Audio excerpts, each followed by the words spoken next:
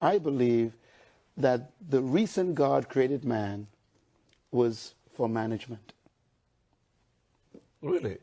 I have never heard it put that way. The first thing is to be honest with yourself.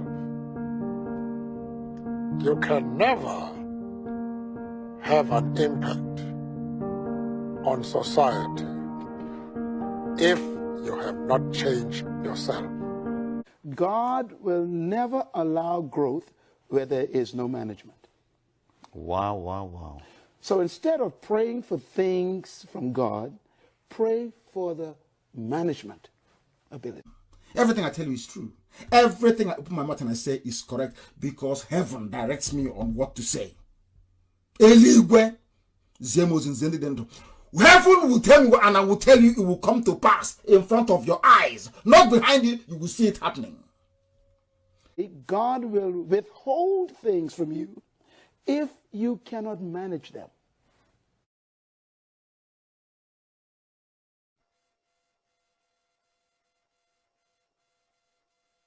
When you look at the facts that something around 1 million people perished as a result of the actions of the British and Russian and Nigerian federal governments. Vis-a-vis what we see in Nigeria, which is truly not, it should not be surprising. Look, what's happening in Nigeria is barbarous. It's horrible. I mean, it's complete madness, yet it's not a priority. The United States unilaterally could do almost anything it needs to do. It would be a long-term effort, but it could be done. And the United States has the capability. All the elements of power, we have those. So why not? It's not a priority. That's the problem.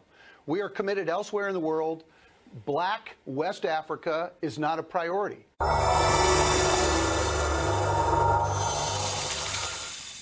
Anybody who changes his principles depending on whom he is dealing, that is not a man who can lead a nation.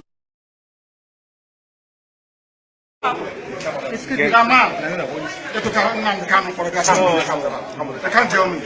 way. When the time comes, it's okay. What stupid country is this? So when you see you try somebody's secret, when you like, you try secret. When you like, it's in public. What stupid country is that? What stupid country is that? I ask you. When you like, you try in secret. When you like, you try in private. They are killing my people. They are killing my people. They are killing Ambrose. They are killing my people. After killing my people, you tell me what to try in secret. The person is mad. Completely mad. Tell Buhari, that's what I said. That he is mad. He cannot tell me. He cannot tell me. He's a madman. There's a contempt of court proceedings here. Contempt of court. They don't obey court order. They don't obey court order. You're telling me secret prayer. Is the person mad? I, Nnamdi Kanu, will sacrifice anything sacrificable to make sure that Biafra comes. We hereby declare no election, no 2023 general election in Biafra land. This no election in Biafra land has been activated. We are going to make it a task that must be done by every Biafran.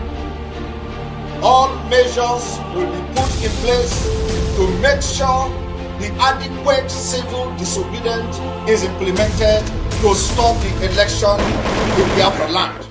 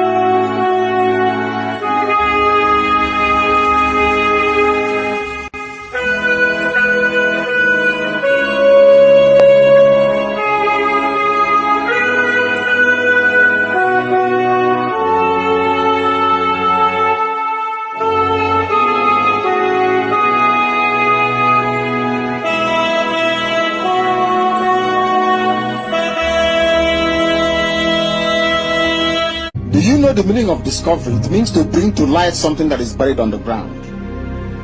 If you can accept that, then you know that Biafra is coming. There is nothing man can do about it. It's too late. Way, way too late.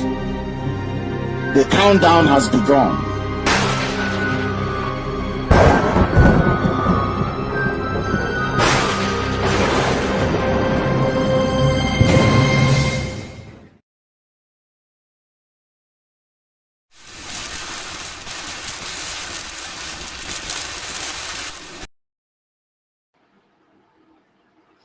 Yes, the countdown has begun. The countdown has begun. So we are steadfast on the principles of the countdown. And of course, the countdown is an instrumentality of the dragon flag, which has been lifted. Thank you all for joining me from wherever you're joining all over the nations of the world. I want to appreciate you. I want to say good to always have you here, being steadfast and consistent in the dictates of the truth. One thing that I will always stand for, no matter whose ass is God, is the truth.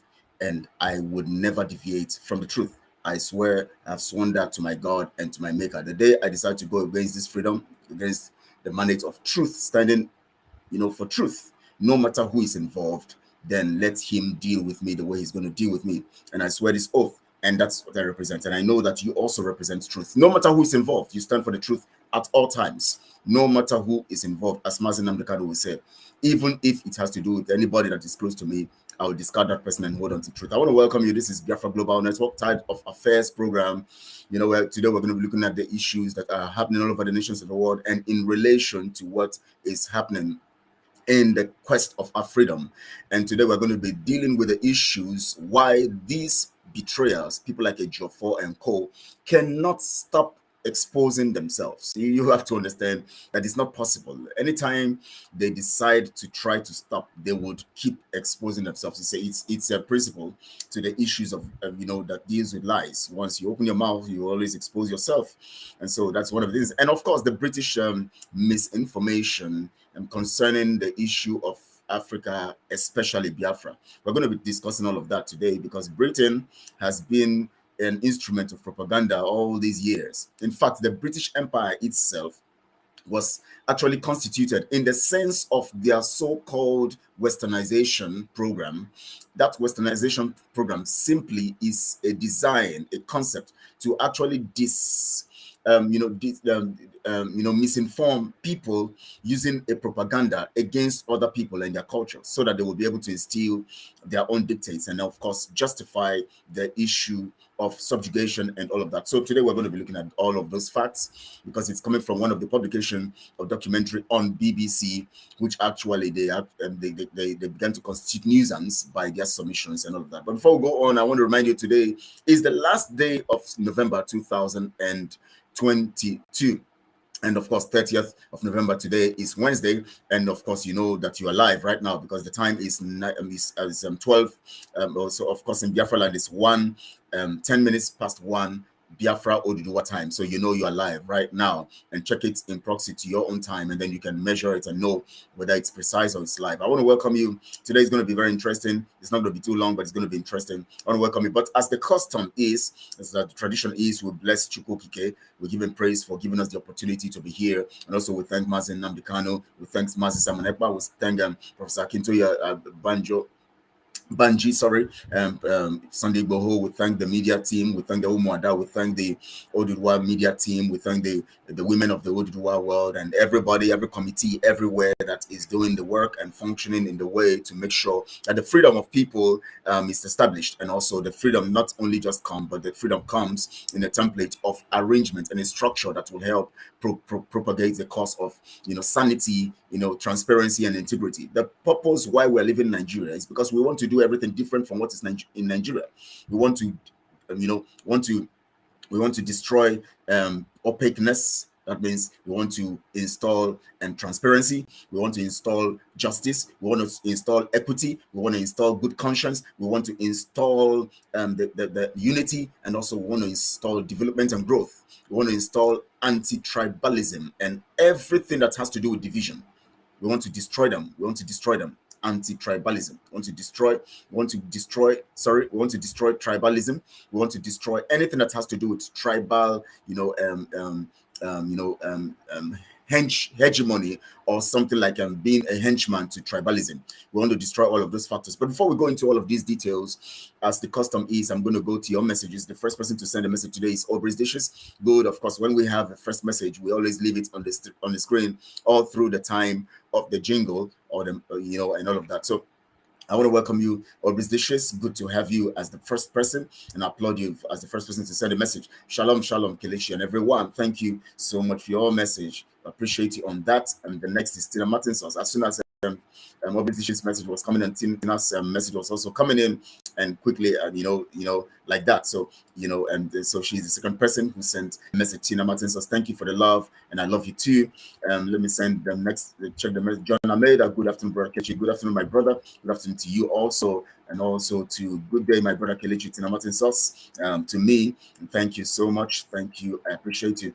Noeline, you didn't make it today as the first, as you will always be, Adiambo, the Kenyan Biafran lady.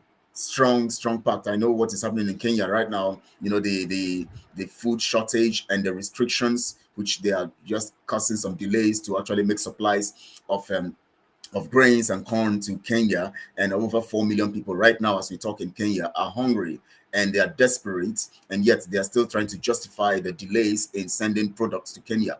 We know all of those details, but we hope that when Africa receives restoration, all these sacrifices that people have made, the eyes of every other nation in all of Africa will begin to get opened, and they will see what Biafra will bring to the table and the template we're going to set for humanity, especially in Africa, because that Africa's redemption will actually influence global redemption.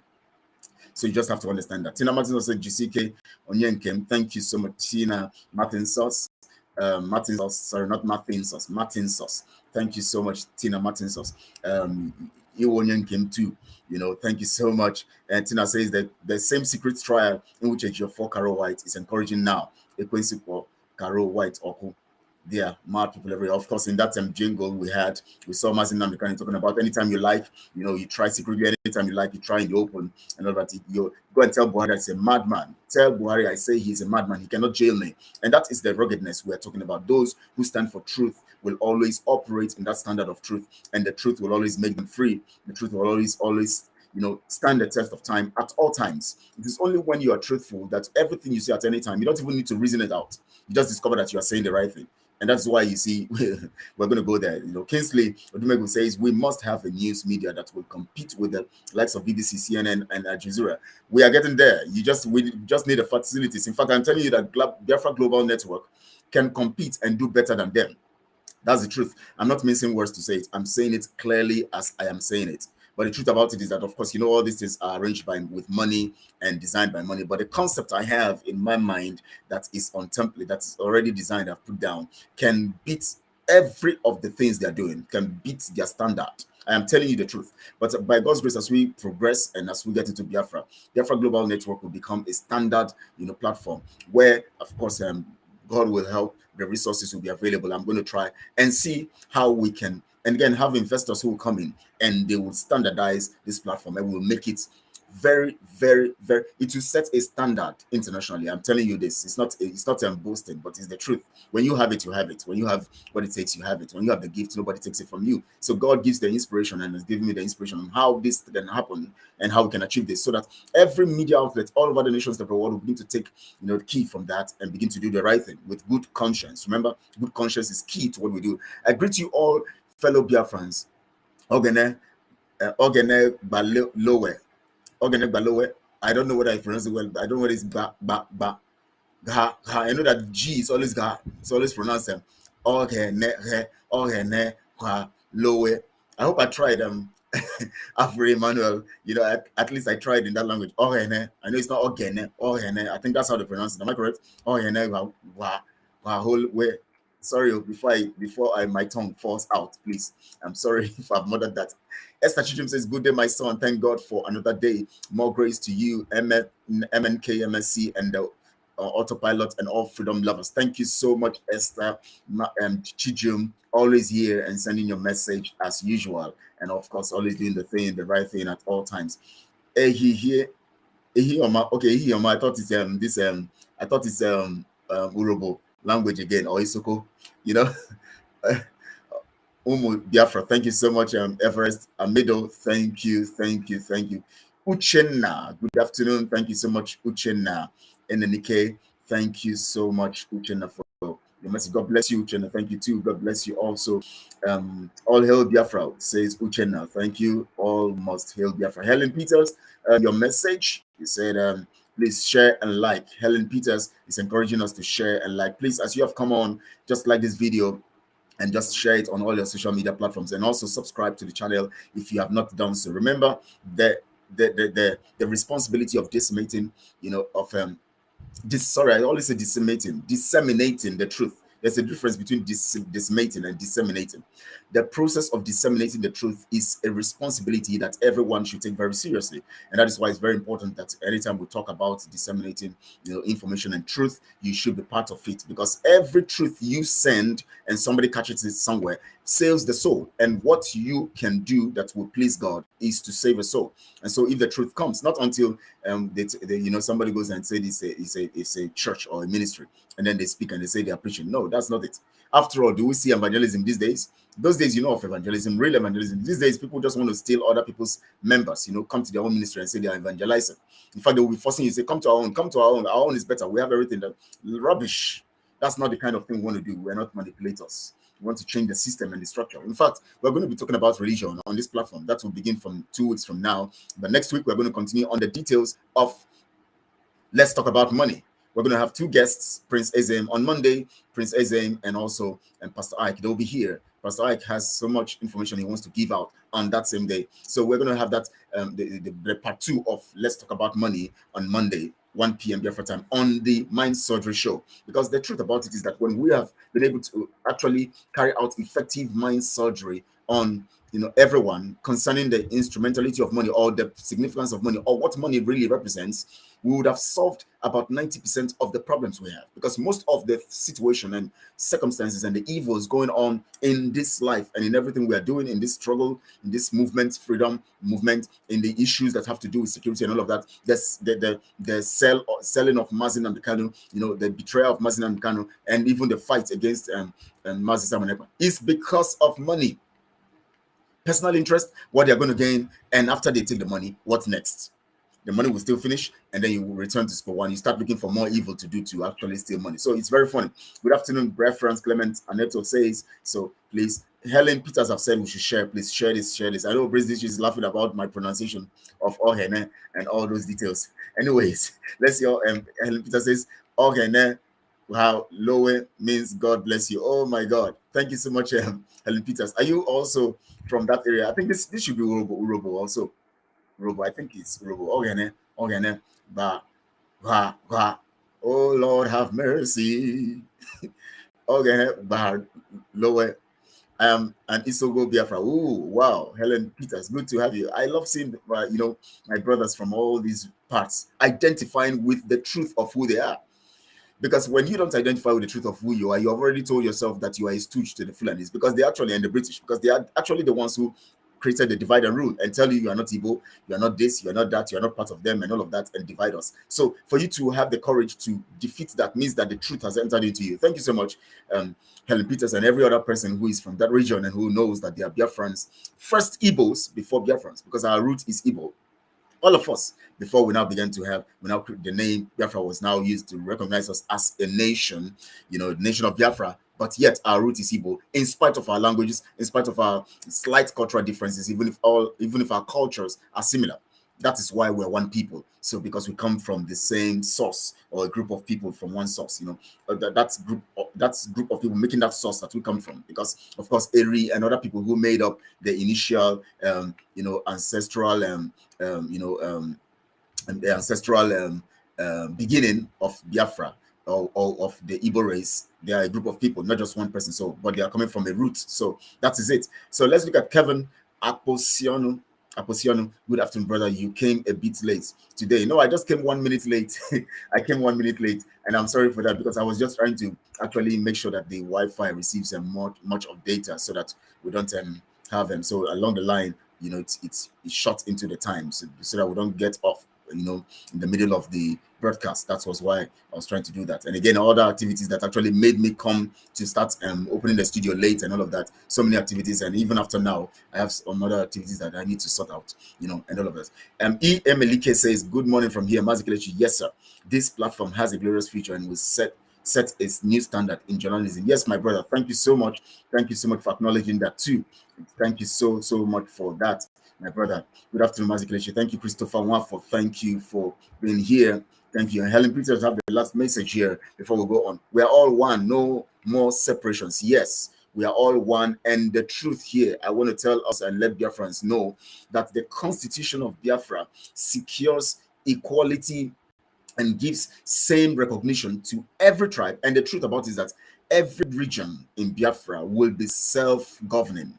They will have autonomous, the autonomous legal standard to actually, or legal, permission, of course, rights. Let me not say permission, rights to govern themselves, build themselves, utilize their resources, and do what they have to do with their indigenous human material and of course mineral resources, and of course natural resources and all of that. So every region would actually carry out these things and design a concept of developmental plan, which of course is national. We're going to have a national developmental plan, which then the regions would also utilize to build their own nation, and the resources that come will be used to benefit the people from that region, and then only tax will be paid to the central government, which is a confederate system. Just as like Mazin Nnamdi Kanu said, we're going to operate a confederate system of government. So Biafrans prepare for a very wonderful,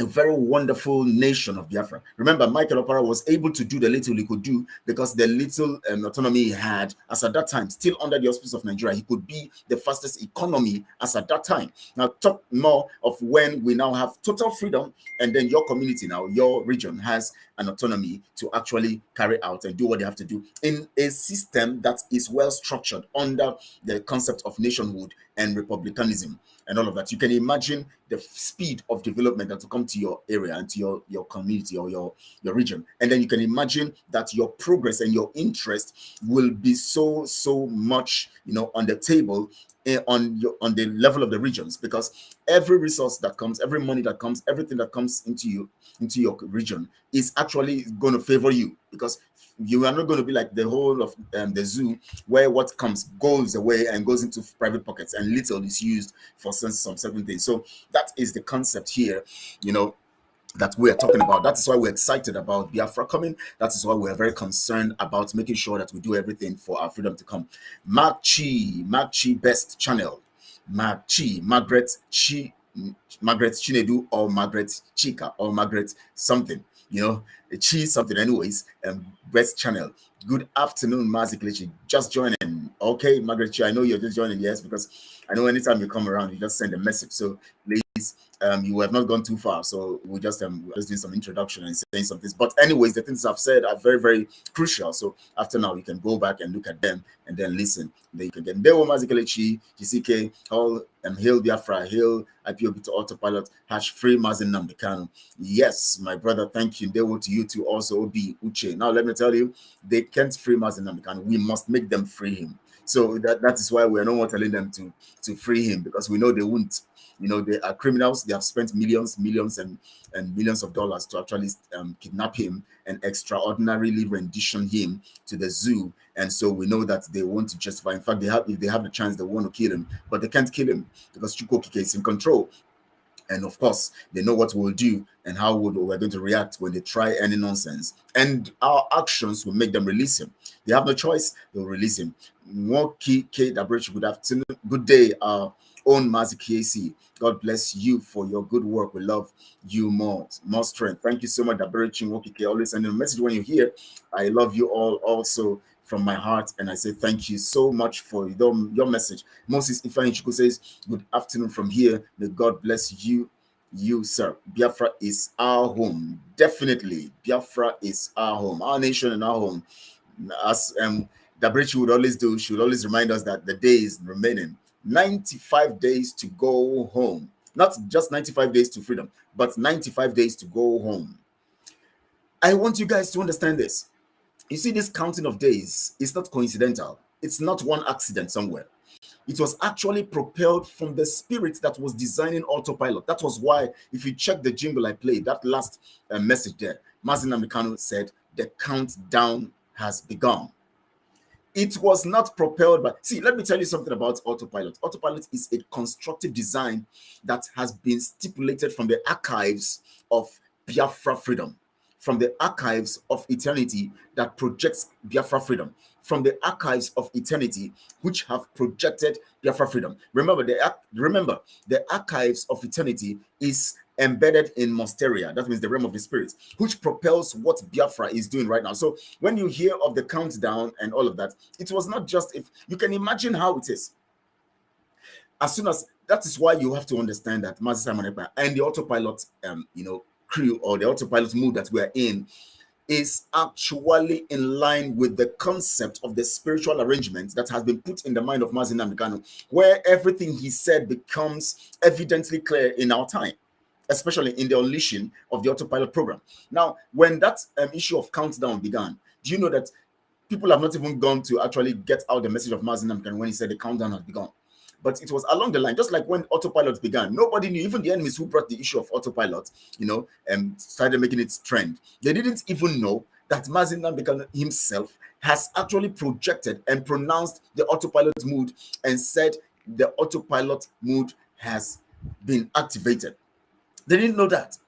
They didn't know that, but they actually pushed it in ignorance. They never knew it had already been said by the realm of the spirit through Mazi Nnamdi Kanu. The same way also, when this countdown began, we never even knew it has been said by Mazi Nnamdi Kanu. Suddenly somebody now dug it out. It was dug out, and then it is now showcased to us. So you see that the spirit is one, and it is a concurrent thing. It is not, there's no disparity anywhere. It is clearly stated, it is clearly evident. It is not something you need rocket science to actually discover. It is clear and very clear. So 95 days to go home. All must hail Biafra. We must get Biafra. God's with us. Thank you so much, Aberichi, for that reminder. Please, all of you should know that it is 95 days to go. Mag Chief Best Channel. That's it. That's all. Anyways, okay, let me take it the way you say. Okay, no problems. I don't need to dig into that fact. Anyways, it's good. Anyways, Machi, good to have you. Anyways, I don't need to dig into something that I'm not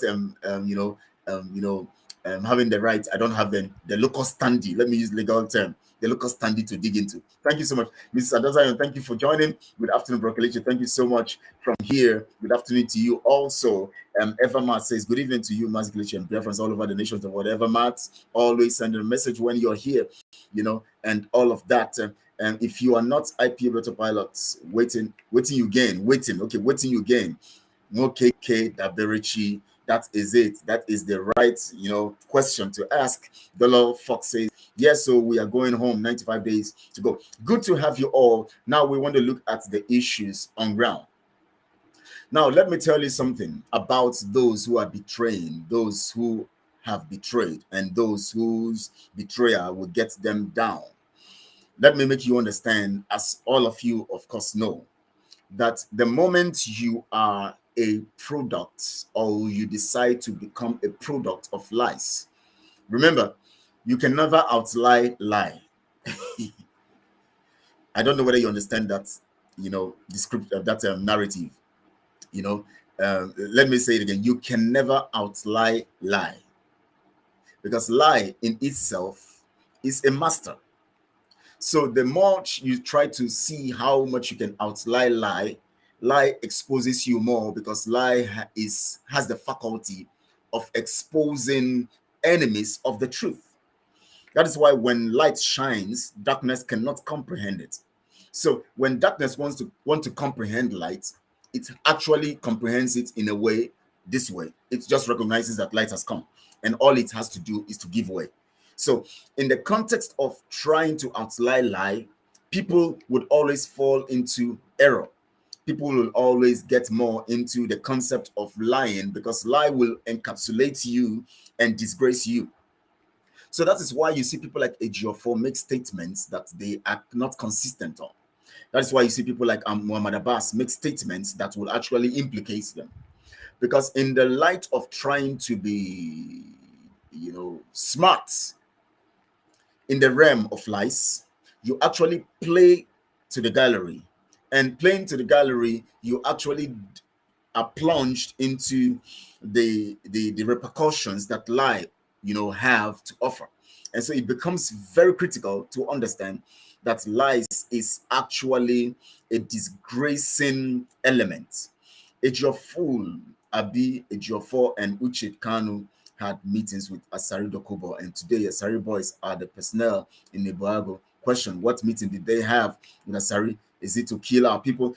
Any meeting that was had with, of course, with Asari, definitely it can never be to the interest of Biafrans. Asari himself had never stood even to the interest of his own community people, or even the Ijob nation that is part of Biafra, not to talk about the interest of Biafra. So Asari is just a stooge. Any Biafran you see that can go all the way, can even dare to even say, I am a Muslim. Enough. That is enough evidence to you that this person is a sellout. These two things happen: either they become Muslims, or two, they wear the regalia of these Fulani Islamists, and then go to their place to bow down to them, just like Peter Obi does. Bow down to them and go there to receive their blessings for them to actually make them governors or whatever they want to be in the political, the sham political arrangement of the zoo. Because of course, when it comes to nationhood, you don't categorize Nigeria as a nation, because it has no cultural basis, it has no locus basis in the realm of legality, international common sense. Let me say international common sense, because it is just as simple as it is. For you to be a state, you have to first be a nation, because a nation is a group of people with common ties. And then as soon as you become a nation, then you have identified your status as a people. And then at that point, your status as a people has been established. Once you are established, then you can now do other things. For instance, what it means to be established is to have a foundational basis. Before, no matter how beautiful you imagine in your mind of the kind of house you want to live in, you will first begin the process of establishing the foundation that will hold that beauty that you can imagine. So when you behold beauty, you must understand the source or the beginning point of beauty. So that is where it begins. So the foundational procedure to a state or a country of fantastic development and growth begins with that nationhood. Because nationhood is the basis of the culture, tradition, and the modus vivendi of the people. What is modus vivendi? Way of life, method of living, or method of life. So when you are going to talk about a state, then you must first talk about a nation. The nation is literally, and even figuratively, the foundational basis for a state. Now, let me tell you the difference. A nation is a group of people with common ties. In the point of nationhood, you recognize that you are one. That is why in Biafra, Mazi Nnamdi Kanu have been able to help us understand, how one we are, because he has given us the similarities in our culture. You talk about the 4 market days, you talk about the 2-piece wrapper, you talk about, similarity in our languages, even if they are different, but you know that these languages actually have a common, common heritage, and all of that. And of course, you talk about, the masquerading thing, the way we operate and everything we do, the food we eat and all of these details give us the basis of now coming to understand our oneness. As soon as you are able to identify your oneness in truth and in the concept of trying to establish your foundation, then you can now proceed to the next phase, which is statehood. Now, what is a state? Everyone who is a government student or who studied government, or of course in secondary school, just in secondary school alone, should understand this. Not even in study of law, in the university and all that. So if you're going to secondary school, you should understand this basically. A state is a group of people. That means a nation, because a group of people have been they have been categorized by the fact that they have common ties. Remember that. Get that point. Now, in the definition of a state, it is stated a group of people. They become a group because they have identified that they are one. So they have come together to form that basis of a group. Now, for instance, if you want to form a group, you need people of like minds to come together to form a group. For instance, if you open a WhatsApp group, you need people who will believe in what, when you send them the link, they will come in and say, oh, I'm good to be in this group. And what does it stand for? And you tell them what it stands for. Okay, they say, oh, wow, I'll be part of it. I'm not going to be part of it. So when you talk about a group of people in a state, that means that group has been established in the realm of a nation. So in the climb of nationhood, we have identified that it is a people with common ties that make up a nation. So when you now talk about a group, that nation would is represented as group in the definition of a state. So you now say a state is a group of people living. Now they are together, living within a definite geographical territory. Now let's get that clear. They are not just a group of people, but they have a land that proves their location. That they can say this is where we belong. It is definite and it is static in the sense that it has been drawn and recognized that this is where we own and all of that. And this, if we're a group, then you in this group you have this, me in this group I have this, that person in this group have this. And everybody is able to identify the fact that everybody has a place in that geographical territory. Now, that is why the definition of a state begins with that sense of accuracy, to an extent, anyways. If we talk about accuracy to an extent, because it begins with a group of people. The definition of a group of people is a nationhood. Now, I've been able to make you understand what constitutes a nation. The people are having some things in common. That means the people are having, whether the same language, whether even if it's not the same language, the same kind of food, even if the food, still from, having the same cultural behavior, like, maybe called masquerade, the market days, the two-piece wrapper thing, and all of these details that actually tells us that we have a common ancestry. So, and at this point now, you have been able to know what a group means. That means the group is actually the nation that has been established by the fact of the cultural,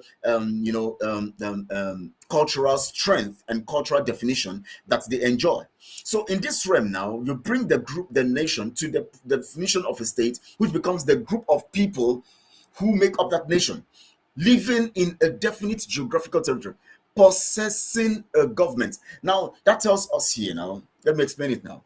That tells us here now that before the government comes into play, before you talk about a government, you must first recognize the fact of a group of people with a common ties. So as soon as you have been able to define that they are a group of people with a common tie, that means the culture and traditions are similar or something binding them, that whether it's their religious beliefs and whatever it is that binds them. As soon as you have been able to understand and identify what binds them, then you can now define what the culture is, because what binds them is what defines their culture.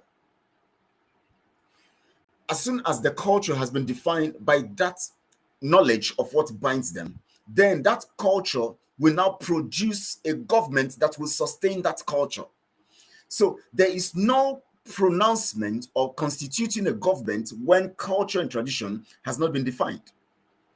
That is why the definition of a state begins with the people, a group of people living in a definite geographical territory, not just because they are a group of people who have been able to identify themselves as one, but that they are having a location that actually gives them a definition of locality or indigenous geographical position. So at that point now, as soon as these have been defined, then that territory that they occupy, which of course they are one people occupying that territory now needs a kind of structure or a command which now will regulate and govern them in that locality and make sure that the culture is preserved through laws or the command.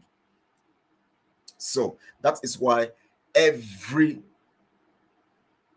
territory every nation can now seek for a government. So which means to talk about a government, you must first talk about a nation, and then you must talk about that nation in a territory, and that territory now being the reference point for territorial control and sovereignty. That is where the government now comes in. So when you have a government without a people who are one, or a territory that is defined for that one people, then that government is flawed, that government is baseless, that government is null and void. That defines Nigeria. One, Nigeria does not have a nation. It's not a nation, because the people are groups of people, not a group of people. Groups of people, that means nations. Those nations were forced to come together to design a sham territorial concept for a definition of a people, whereas there are many people.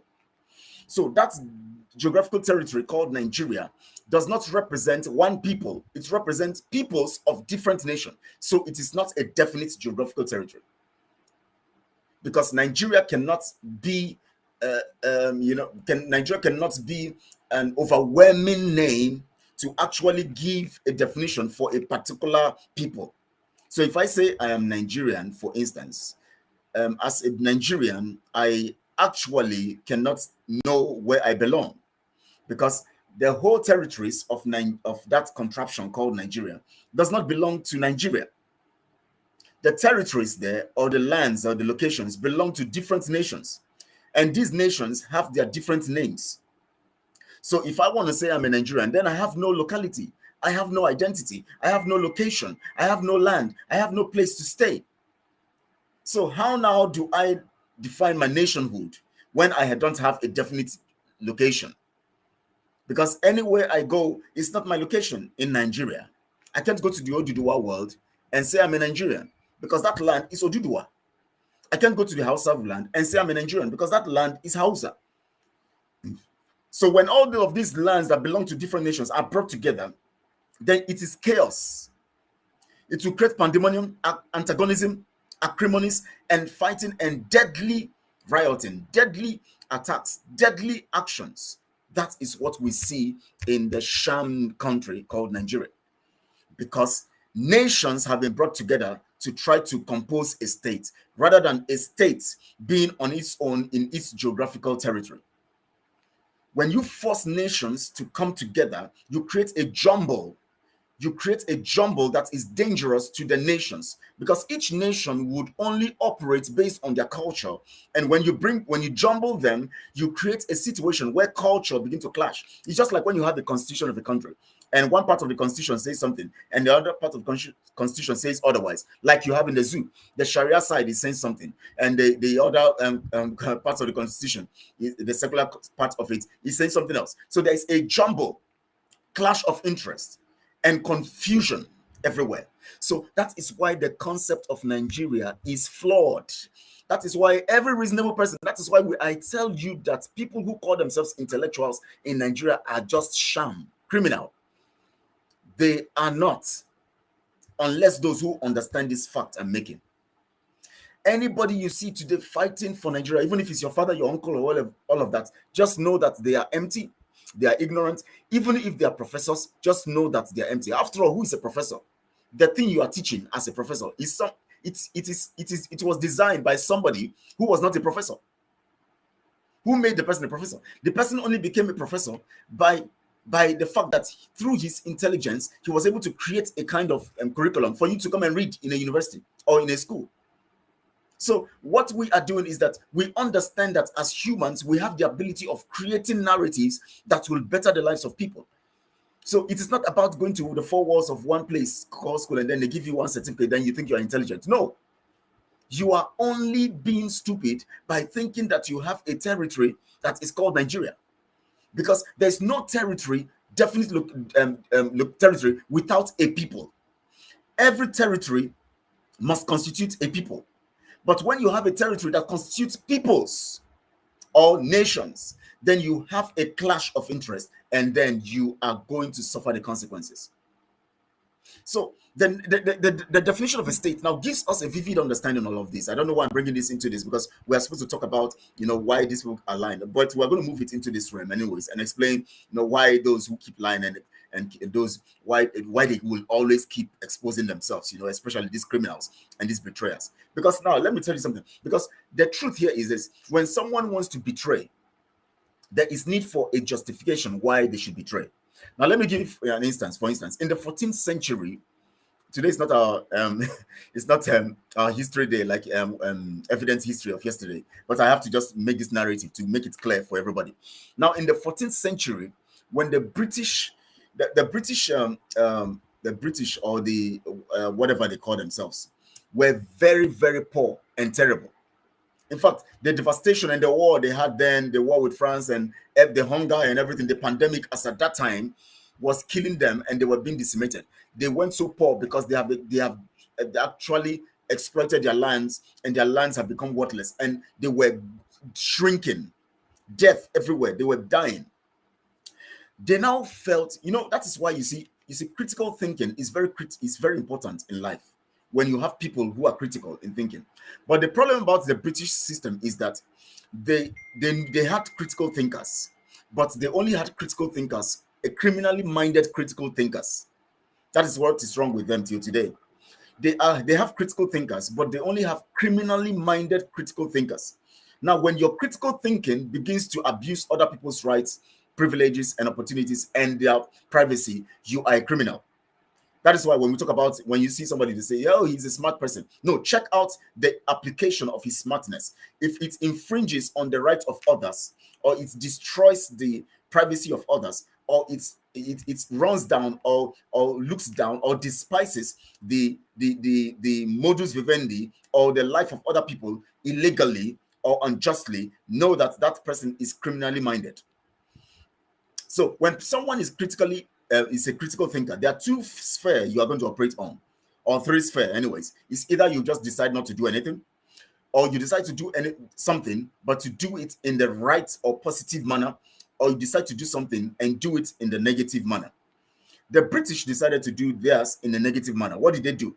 They started looking for people they are going to use as a means of exploring and exploiting other territories. So they started looking for people, who are, of course, let me tell, of course, we have heard of somebody like, Mungo Park.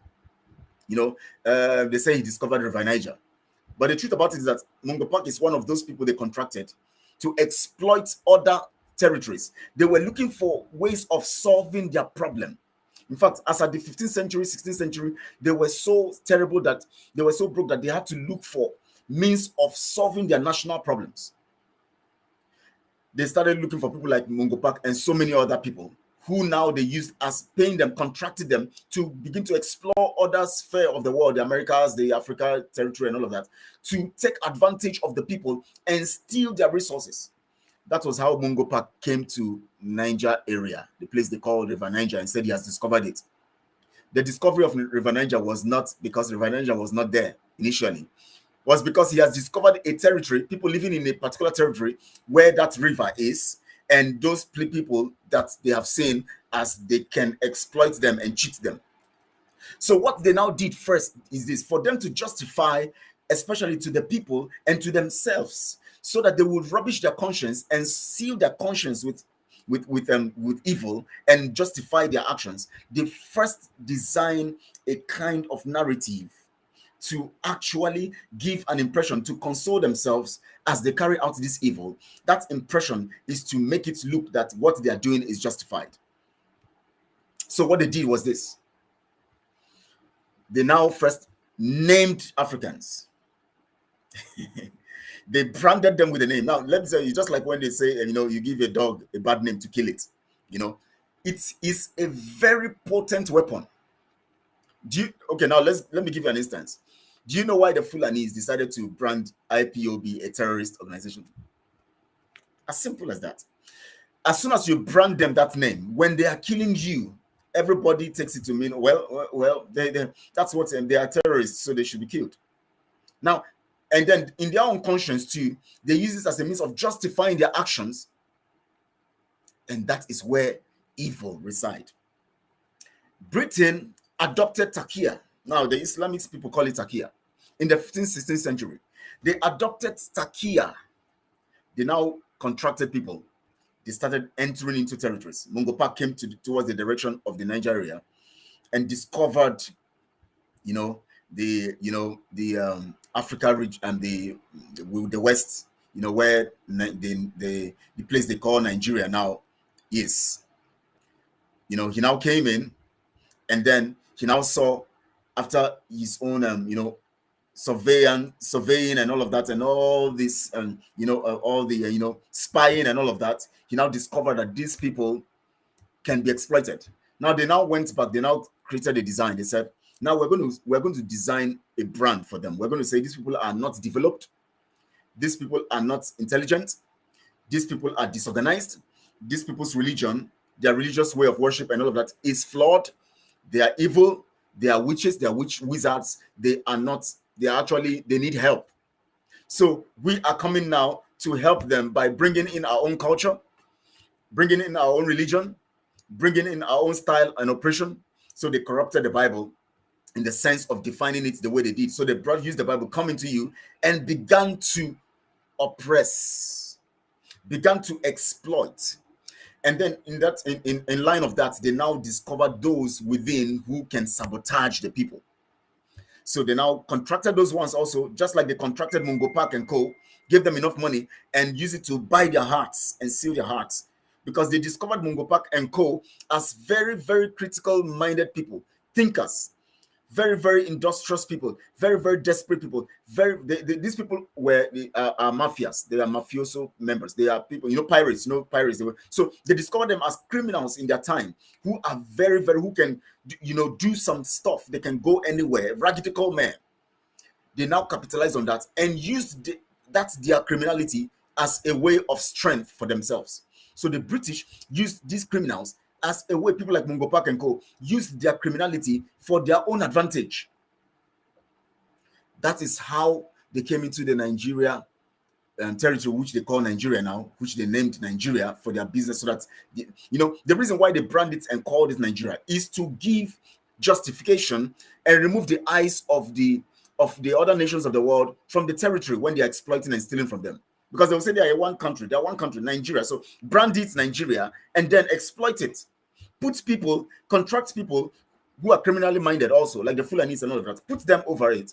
Because you need people who are criminally minded like you to actually use them, even when you have power and control over them. You allow them steal and do what they have to do in their criminal mindedness, and then you get your own blessing.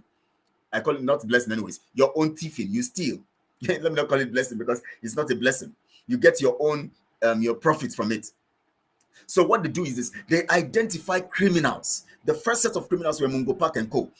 When they come to the Niger area, they discovered people like Lord Lugard and all of that. They use those ones who are criminally minded, mafias, pirates. They use them to control these territories, knowing that these people, since they are criminals, they know that these territories don't belong to them. But what they need to do is that as they carry out their criminality, they are securing their own interest as Britain. So after Mungo Park and Co. came in, and then later Lord Lugard and all that were used to name the place, Lord Lugard began to design templates and design concepts for them, branding the whole thing for them, and also branded the concept of bringing these areas together for unifying them and all of that. From all his reports, all those reports you see Lord Lugard writing and all of that, sending to the British, they have told him, create your concept, design the template, how you're going to do this thing, and make sure that they know he's a criminal, so they need him to use his criminality in the sense of his smartness. And then remember, I told you, for the fact you are smart doesn't mean you're intelligent. So smartness is one thing, intelligence is another thing. Because in the realm of intelligence, you use your smartness for things that profit people and profit the environment. But when your smartness overrides your ability to be intelligent, then you are actually criminal. So that is what happened to people like Mungo Park. That's what happened to people like Lord Lugard. Lord Lugard now started implementing his criminality in the concept of designing templates to help the British govern and control and subjugate these regions. So all those reports he was doing were templates that he had already put when he proposed that they should bring these places together and call it Nigeria, and he brought his girlfriend to name it. When he brought one idiot that is a pedophile and said that the Iguacha should be called Port Harcourt, he now named it after that pedophile, that man that sleeps with children and molesting children and and having sex with children. That man's name was used to give to Iguacha a territory of Biafra, abomination. So now today everybody say I'm PH, but Harcourt. They don't know that that name, that's Harcourt, that name there belongs to the name of a pedophile, a man who was busy having sex with children, anyone he sees, both boy and girls. They now named it a people, a nation of people.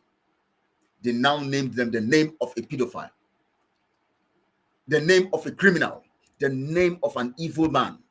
And today, people are saying, even the so-called intellectuals, the so-called person who calls himself a governor, he's telling everybody that that place is Port Harcourt. So that tells you the level of stupidity in our people. Now, let me tell you, see, I've not even touched the topic of today. I've actually digressed and all of that. But it's not a digression anyway. It's a kind of trying to open our eyes to some things. Now, let me not go deep into that. Well, anyways, we understand, of course, as time goes on, I'm going to explain the actions of Lord Lugard, the British in collaboration with the British, system, and how they did it, and how they named Africa, gave it a bad name. We're going to do that next week, Tuesday, in our evidence history, as we talk about Michael Opara and all of that. I'm going to continue this history, analysis, so that we can understand these details, so that we'll know what is happening. Then we can know what to do to secure ourselves and save ourselves. These things are very critical and important. So very well, you have to listen to this. Please like this video as you're watching now and share it on all your social media platforms. Let people come and hear the truth. And then also subscribe to this channel if you have not. Remember, I told you that the issue or the concept of disseminating the truth, it rests on every one of us. If you send a truth to a platform and somebody is converted, that is in heaven. It is written to your name that you have saved somebody. It's not until you carry the Bible and go somewhere and start speaking, you say you are repent, and then you say you are saving souls. No, you save souls by disseminating the truth. You don't need to read the Bible to know the truth, because the Bible is even in our hearts. We are the custodians of the Bible. We have the information. So what we speak can be confirmed in Scripture. So anytime we are speaking truth, we're actually speaking the mind of God, because God is truth. His word is truth. So it must not be read through until I open Bible here before you and I say, okay, it's evangelism, let's go and preach the gospel. No, as you are sharing this information, you are sharing the truth. Now let's go on with this. Anytime people want to actually say something, especially when they have given an impression about a particular subject they want to talk about, they would only become significantly evident in their narrative and what they say over time when they actually stand on the truth about that matter. But as soon as they lose sight and plunge themselves into the realm, into the cagey, dingy dungeon of lies, that cagey, dingy dungeon of lies would swallow them. And everything that comes from the cagey, dingy dungeon of lies always will be disgraceful, because everything that is evidently in that dungeon is never anything that will make anything good or produce anything good. So what happens is that when people like Ejiofor, when people like Vasco da Gama, Everest, I can't forget that name, Vasco, that's one of the names. That's one. I'll read all these messages anyways. I'll read all the messages. There are so many of them like that were contracted by the British. So there are so many of them, Now, when people like Ejiofor and co, you see, these people don't actually know history. Just like Wike was saying from the video I showed yesterday, he was talking about, you see, how people forget history. He actually does not know history. Because in the same context of trying to interpret history, he was even making his own errors. Arrogantly, anyways. That is why when you are in the system of lies, when you accept to walk with lies, even when you know the truth, you are going to use the truth in a corrupt way to suit your lies, and then it will bring you down and destroy you. So even for the fact that Wike says he knows history, because he has chosen to walk the path of lies, he actually wrongly applies the truth, and of course, indirectly, he does not execute the truth. He now executes lies. And so he suffers the consequences.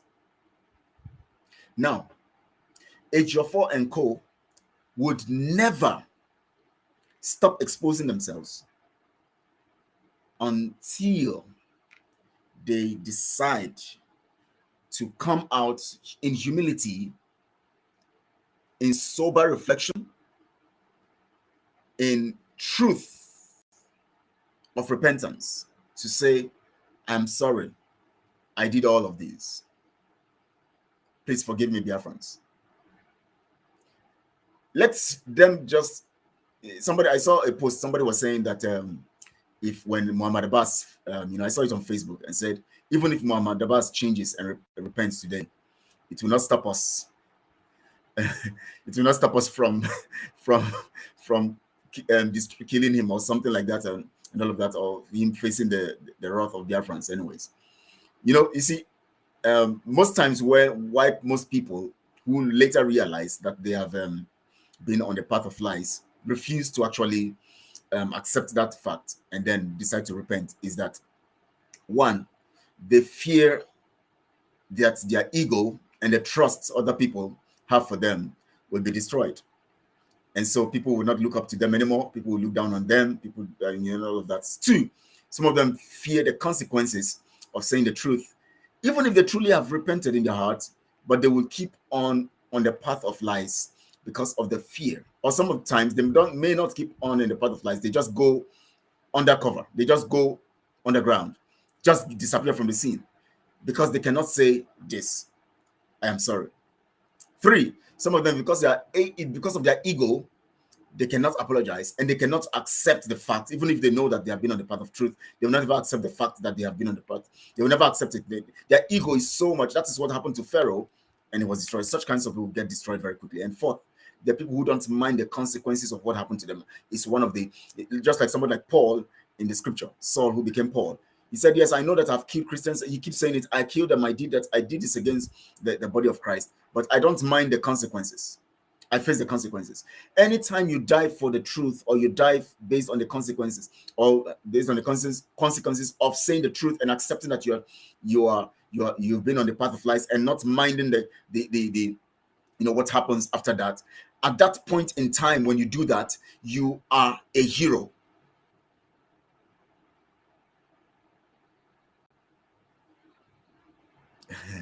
Margaret Jogwe says you talk about Tango Ugochukwu. You see, Margaret, let me just tell you guys. You see, there are some things that are not important that you guys should just, when you read them, you just ignore them. When you know the value of what you are doing, you should expect a warfare. But you should choose your warfare based on the value of what you're doing. Because significantly, you know why Mazi Simon Ekpa have to talk about Ejiofor? Because Ejiofor is significantly in the system. People like this person you're talking about now, they're not significant.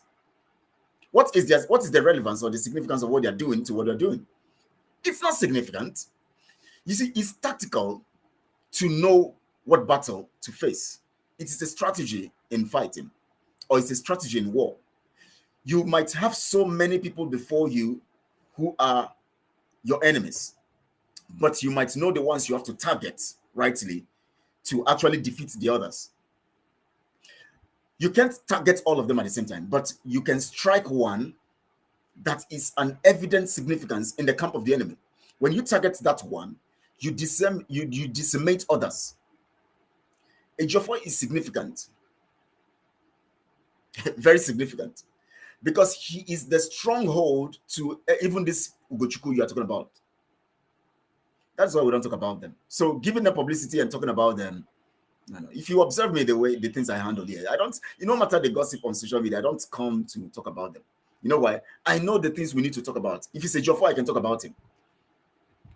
Even Nelly, I didn't even talk about her very much because she was just, somebody who is just hyper. Let me just say she was on a kind of emotional weed. And so she was just here and there and all of that, even if we know, but she was not a threat as much as Ejiofor is. That's why you see that most times I talk about Ejiofor. How many times do I talk about Muhammad Abbas or Edozian? They are not a threat. These are e-frogs. They are not a threat. But see, Ejiofor qualified as an erat, and he was almost destroying the thing. So now we made him understand that he does not have the attributes of an erat. He's an e-frog. He cannot destroy what we're doing. That's why we give him attention, because they were trying to use him as a means because of the fact that he has access to Onyendu. So he was having the attribute of an erat. But we actually put him in where he belongs, as an e-frog. We made him understand he's still a frog. You know why? Frogs cannot destroy anything. They just jump around and jump around and jump around and make their noise and jump into water. The day they jump into the hot water, that just like a Joffa has jumped into hot water now, they'll begin to think, they'll begin to, try to, increase their body temperature to suit the water, not knowing that the water is even hotter than their body, what their body can control. That's what a Joffa is doing now. That's why he came out to talk the other day and disgraced himself more. That is where he destroyed himself finally. That is what I'm saying. So understand my approach here, Margaret Jogwe. Just understand me very well. Sorry, not Margaret Jogwe. Sorry, I wanted to make that mistake. You can never be Margaret Jogwe. I hope you understand me. Yeah, you understand me. So there are some things that are not. Please, let's not get ourselves distracted by people who are not significant, who are just not important to. We know what we carry. We carry the truth. They are not a threat to us. That is why we do what we do. That's why we're focused. We choose our battles. So they would keep exposing themselves because there's no way you can stay with lies, speak lies. Now, as I told you, these people who have this ego to say sorry, I'm sorry, and all of that, would always, just like Emmanuel Afro is saying here, what meaning did they have with what meeting did they have with Asari? We all know it's to keep Biafra. It's not the interest of Biafra. Now let me go to the BBC analysis now, because I have actually said so many things in this line. And next time we come for the the tide of affairs, I'll buttress more on this. Of course, the words keep going and all of that. We keep having things to talk about and all of that. And now BBC on Sunday actually projected a documentary. When you go to their website, you might see it. And that documentary, they were trying to give an analysis how the issue of I'll read your messages later, so I'm seeing them, but I'll read them later. So please bear with me so that I can explain. They actually did an analysis and they come up with a concept which they want to use a documentary format to actually project. And they said that the problem about the Sahel and especially Africa coming to the point of the north, and of course the issue of the Fulanis trying to overwhelm the lands of people began or is caused by the issue of global warming and climate change. And I said, what? I continue. I said, okay, let me listen to the end. It's good to listen. At least you don't rush. Just like some people, when I'm talking about when we're looking at the Bible here, what they do is they rush in and they start sending messages because they hear something that doesn't sound like something they know, or something that they think is correct, rather than waiting for the teaching to be through, and then also, of course, making their search and all of that to know whether you are on the right track and to actually see if what they have in mind is actually true or correct, or what you are saying is true. And so use the scripture to actually justify what is truth. They come and argue and argue and argue, and then they argue and then they will run away. That's what they do. But, my own way, I'll first listen to what you're saying and get the full details of what you are saying, so that I'll know where you're coming from. And then from where you're coming from, I can now trace how I'm going to deal with your matter if I discover that what you're saying is not true. So I said, let me listen to them. They now talked about, the Sahara Desert. Of course, we know Sahara Desert is the largest in the world and all of that. And that's, the largest desert and all of that. And they said the Sahara Desert is expanding by 10 kilometers every 10 years because of climate change. I said, okay, maybe let me believe that, because I'm not, I'm not into, so those who experts in that field can tell. So I said, okay, no problems. 10 kilometers, that's a large one. That's a huge one every 10 years. I said, okay. So it's expanding. So everywhere is becoming desert. I said, okay. So I kept listening. And the next thing they said is that because of the problem of the Sahara Desert and the other Fulani places there, and the lands, and of course the barrenness of the land and all of that, these Fulani herders are looking for, they are now bringing it down to what they want to actually sell, the narrative they want to sell to us. I said, these Fulanis are now looking for pastoral, places where they can feed their cows and all of that, because they are pastoralists and they are, herders and marauders and all of that, and that's how they live. So they need places. So they now begin to come towards, the West, coming to people's lands, and then they begin to, and then there's a clash. People begin to have clashes with them, and that is what is causing the insecurity. And just like they now mentioned, they now mentioned northern Nigeria, that is why they are. You see the clashes. They now call it clashes. Terrorists killing indigenous people, trying to take over their lands and all of that. They tell you that the people who are bringing cows from wherever they are coming, using cows as a takia to deceive people to think that they are looking for where to feed their cows. They tell you that they are moving their cows, and then when they come to communities, the clashing begins. So the documentary was trying to pass a narrative that the problem why we have these clashes and these killings in the northern Nigeria extending towards the south and all of that is because of the climate change that has caused Sahara Desert to be expanded and nothing, for the cows and all of that to eat. So they are now looking for places to go and feed their cattle and all of that. And I said, Lord, have mercy. What came to my mind? Have they looked at the Abuja Declaration of 1989, also amended in 1991? Have they looked at the agenda of the Islamic world? Have they checked history and known the history of the Fulanis with Osman Danfodio to know was during Osman Danfodio's period, was Sahara Desert like that? Didn't they have enough places for how many people were living there then? Didn't they have enough places to feed their cows? Let's just imagine that it is recently that this climate change began to affect the Sahara Desert and it started expanding. What about the time climate change was not affecting Sahara Desert, based on the fact that that was in the 1700s and all of that? When climate change has not begun because of this greenhouse effect and all of that, and this industrialization and all of that, which is causing global warming. Those days, industrialization was not like this. So there was no climate change. Sahara Desert was still intact, and the people then were few. So how come people like Usman Danfodio still came to the north to invade the north, took over, killed their kings, took over, and they are trying to extend to the Atlantic Ocean? Is it climate change that caused that? That is the question. That alone has nullified their analysis. And I want to tell everybody, tell BBC, tell every of their outlets that they have misfired. Their narrative will not sell. It is flawed. It is null. They are telling lies. That is misinformation. And we want to tell them that the Fulanis are only on a mission to take over the lands of people so that they can exploit and take the resources that are in those lands, and then subjugate the people and impose their culture using their religion as a medium of control. That is the mission. It has nothing to do with climate change. It has nothing to do with whatever narrative, satanic narrative that BBC is given. We know, as I told you, that BBC has always been in that pact for the past 100 years, or how many years they say they have existed now, 90 years or so. They have been on the path of using lies, takia, to mislead people to sell the narrative. Just like I gave you the analysis of the British Empire from the 14th century and all of that. When they got into trouble, they were looking for a narrative to sell, to actually paint their decision to actually invade other territories. They looked for a narrative to sell, to rob the other person, rubbish the other people, and use it as a means of controlling them.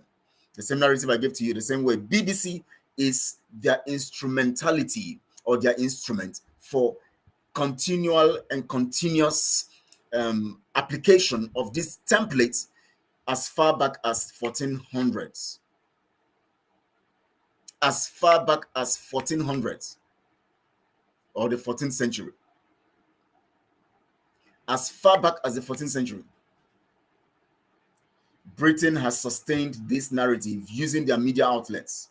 BBC, as soon as they established BBC, BBC became the source of propagating this thing, and continually so. The same thing they're doing on Biafra land, but we tell them we are wiser, we are smarter, and we are in line. So that's it for today. Let me not make it too long. So let me go to our messages now.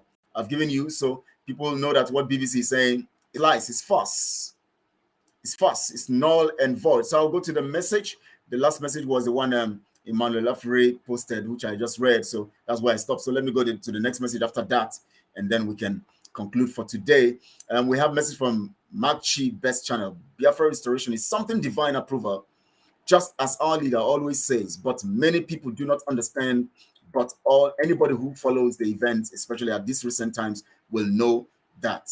Yes, they will know that is if they want to be humble, if they want to actually, if they are people who have a humble heart, they will know. Some of them know, but because of their pride, they will pretend not to know, and they destroy themselves. Kingsley Oduduwa says people must betray MNK for Biafra to come. Chineke is with us. Yes, betrayal betrayal precedes, realization of mandate, because betrayal must come to prove the strength of the mandate, and then the mandate is a proof of victory.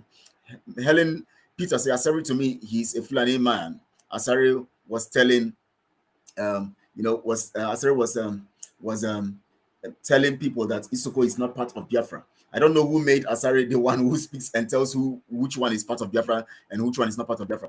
Idiots everywhere telling people who is a Biafra, because you got opportunity to get AK-47 and began to constitute a nuisance, calling yourself a militant, and then the government of the day, the criminal government of the day, recognized you and gave you money, and then you now start posing everywhere on criminality, using the people's blood to enrich yourself, and then you now think that you are now in the position to tell who is Biafra and who is not Biafra. Criminals everywhere.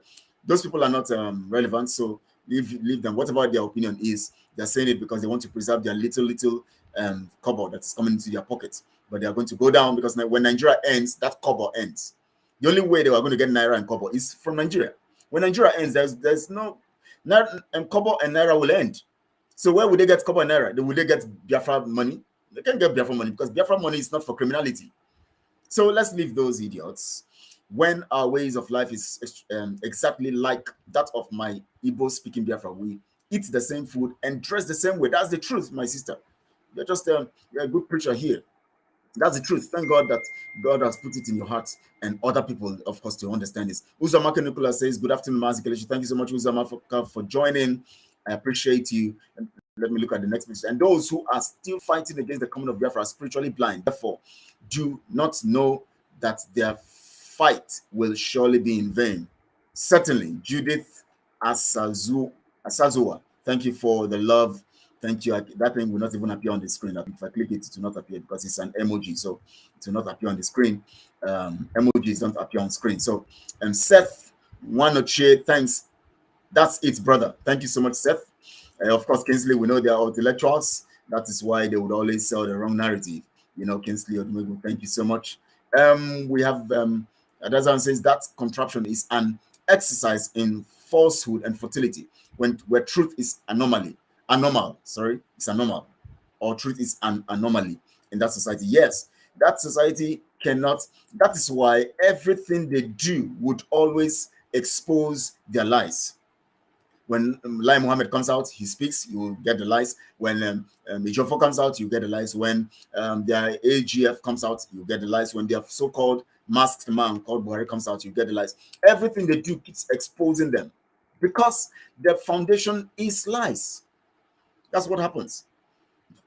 So anytime Ejiofor comes out, he will expose himself. Anytime they come out, they will expose themselves. So just observe it. Just know.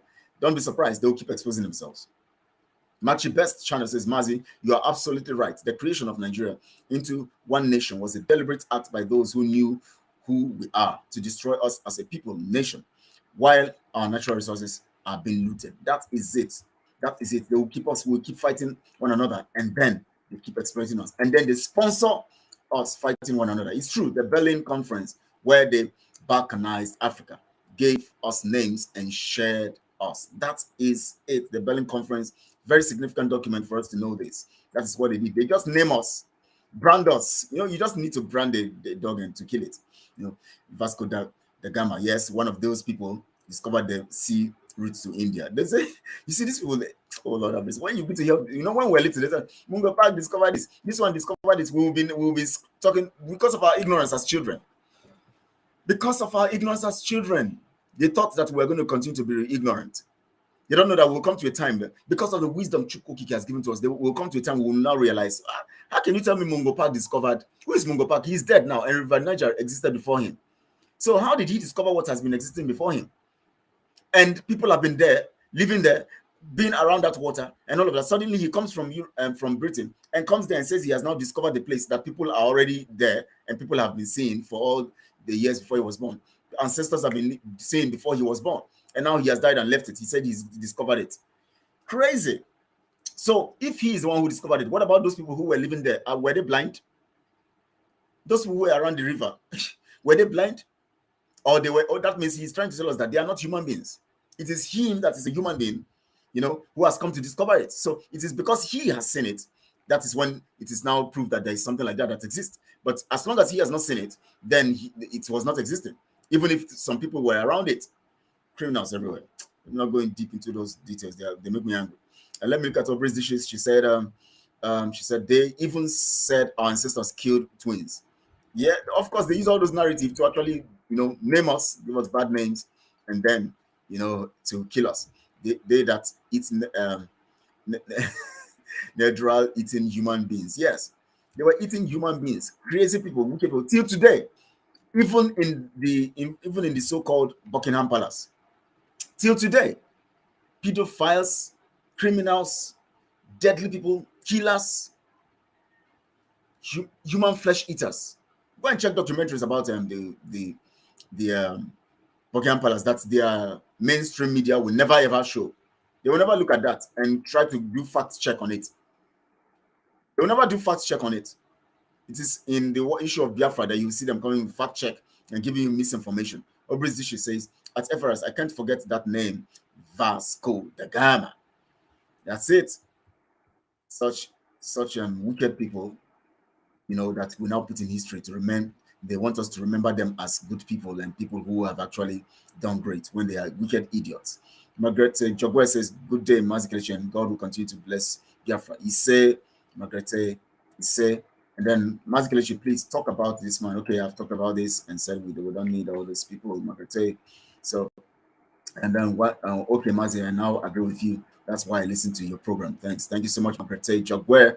He said, for the prayers I made initially, thank you. And Eric says, Mazi, good day and well done on your work for Biafra. Thank you so much, Eric Barry. Thank you so much. Edith Nedu says, good afternoon, Mazi. God bless you, love, and God bless MSC. Thank you so much, great Edith Nedu. Also, love from here to you. Thank you, Everest. Emebo, we can accept their lies about the expansion of Sahara Desert because we are not geologists. Yes, of course we can accept that lies. Let's just accept that because we're not the professionals in that regard, geologists. So, but for the truth, we know those ones they can know. For things that we know, they cannot mislead us. So they can talk about the expansion and that's their business. They can even exaggerate it to be that it is always 10 kilometers like that, and that expansion is always 10 kilometers. They can exaggerate it to try to justify the reason why these people are coming into our territory. But we can tell them that we know why they're coming and they don't know. So they should go back and make their own research. BBC is a carrier of fake news. We know it's a carrier of fake news. We know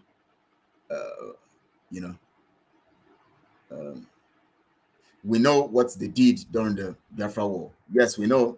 You can also testify, Everett Amebo. You can testify. Our guests who have come, they have told us most of the things that happened during that time, in the lives of these people. So, Junior, your encouragement makes me feel like I can change Biafran brain.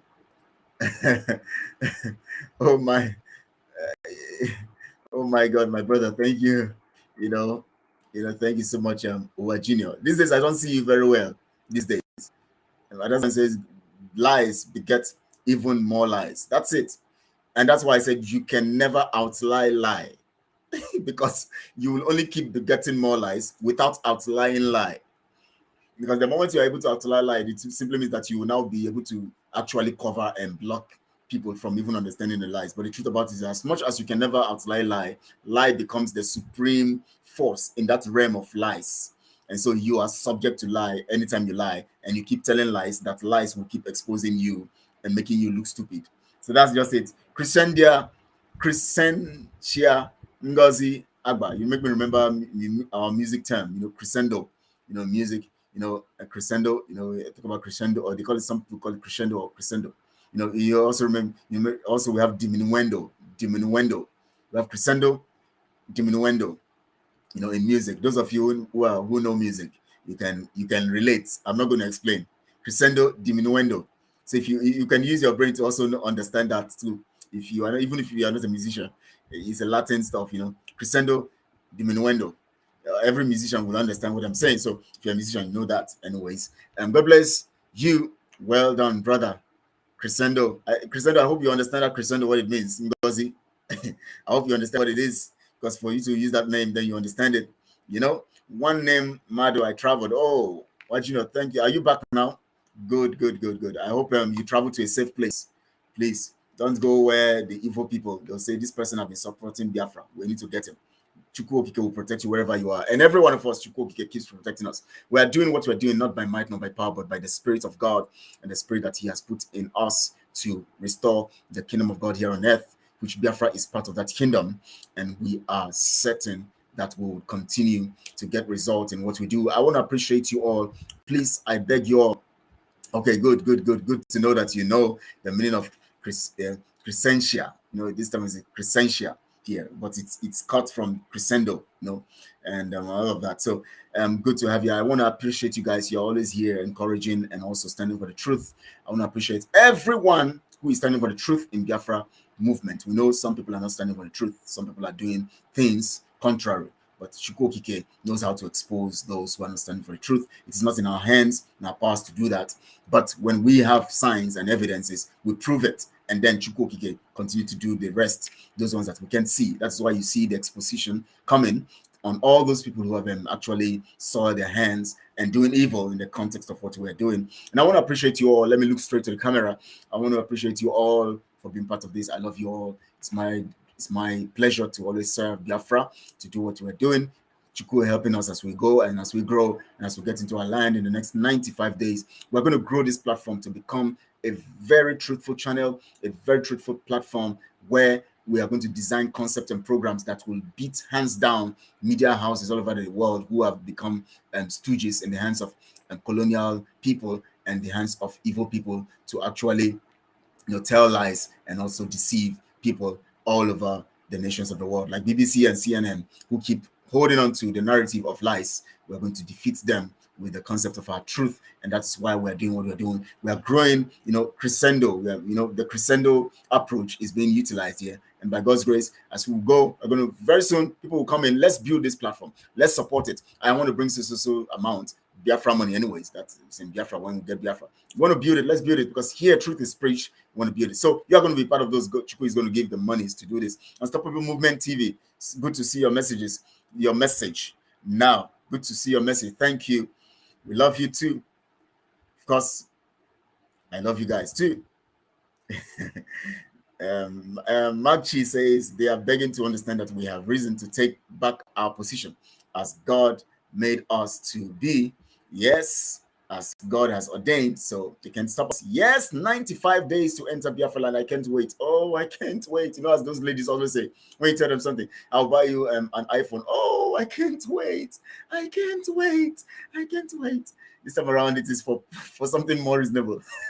Biafra freedom is not iPhone. It is more important because it will produce more iPhones and iPhones.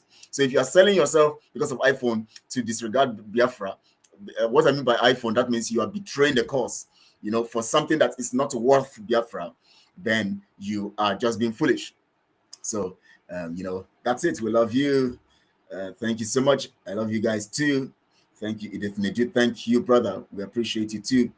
Makchi, thank you. I love you all. I appreciate you all. And also, it's good to know that we are all in this course. It's good to know that people are standing strong and standing for the truth and also following the path of truth. Please, I want to plead with you. Share this broadcast. Like this channel if you have not liked it. Share it on all your social media platforms. You can even restream it, or you can play it on your platform so that people can hear. If you have a platform that people can listen, you just take the video, go there and play it. Let people listen to the truth. It is not about it's my platform, it's not my platform, or how would I bring him to? No, the truth is important. You must disseminate the truth, disseminate the truth in every opportunity we have. That's why God has made it possible that social media is actually given to us too funny. It's true now. It's true. You know how these ladies do their thing. You know, I can't wait. I can't wait. Sounds feminine. You know, it's always ladies that are using it. I can't wait. I can't wait. I don't know what they can't wait for.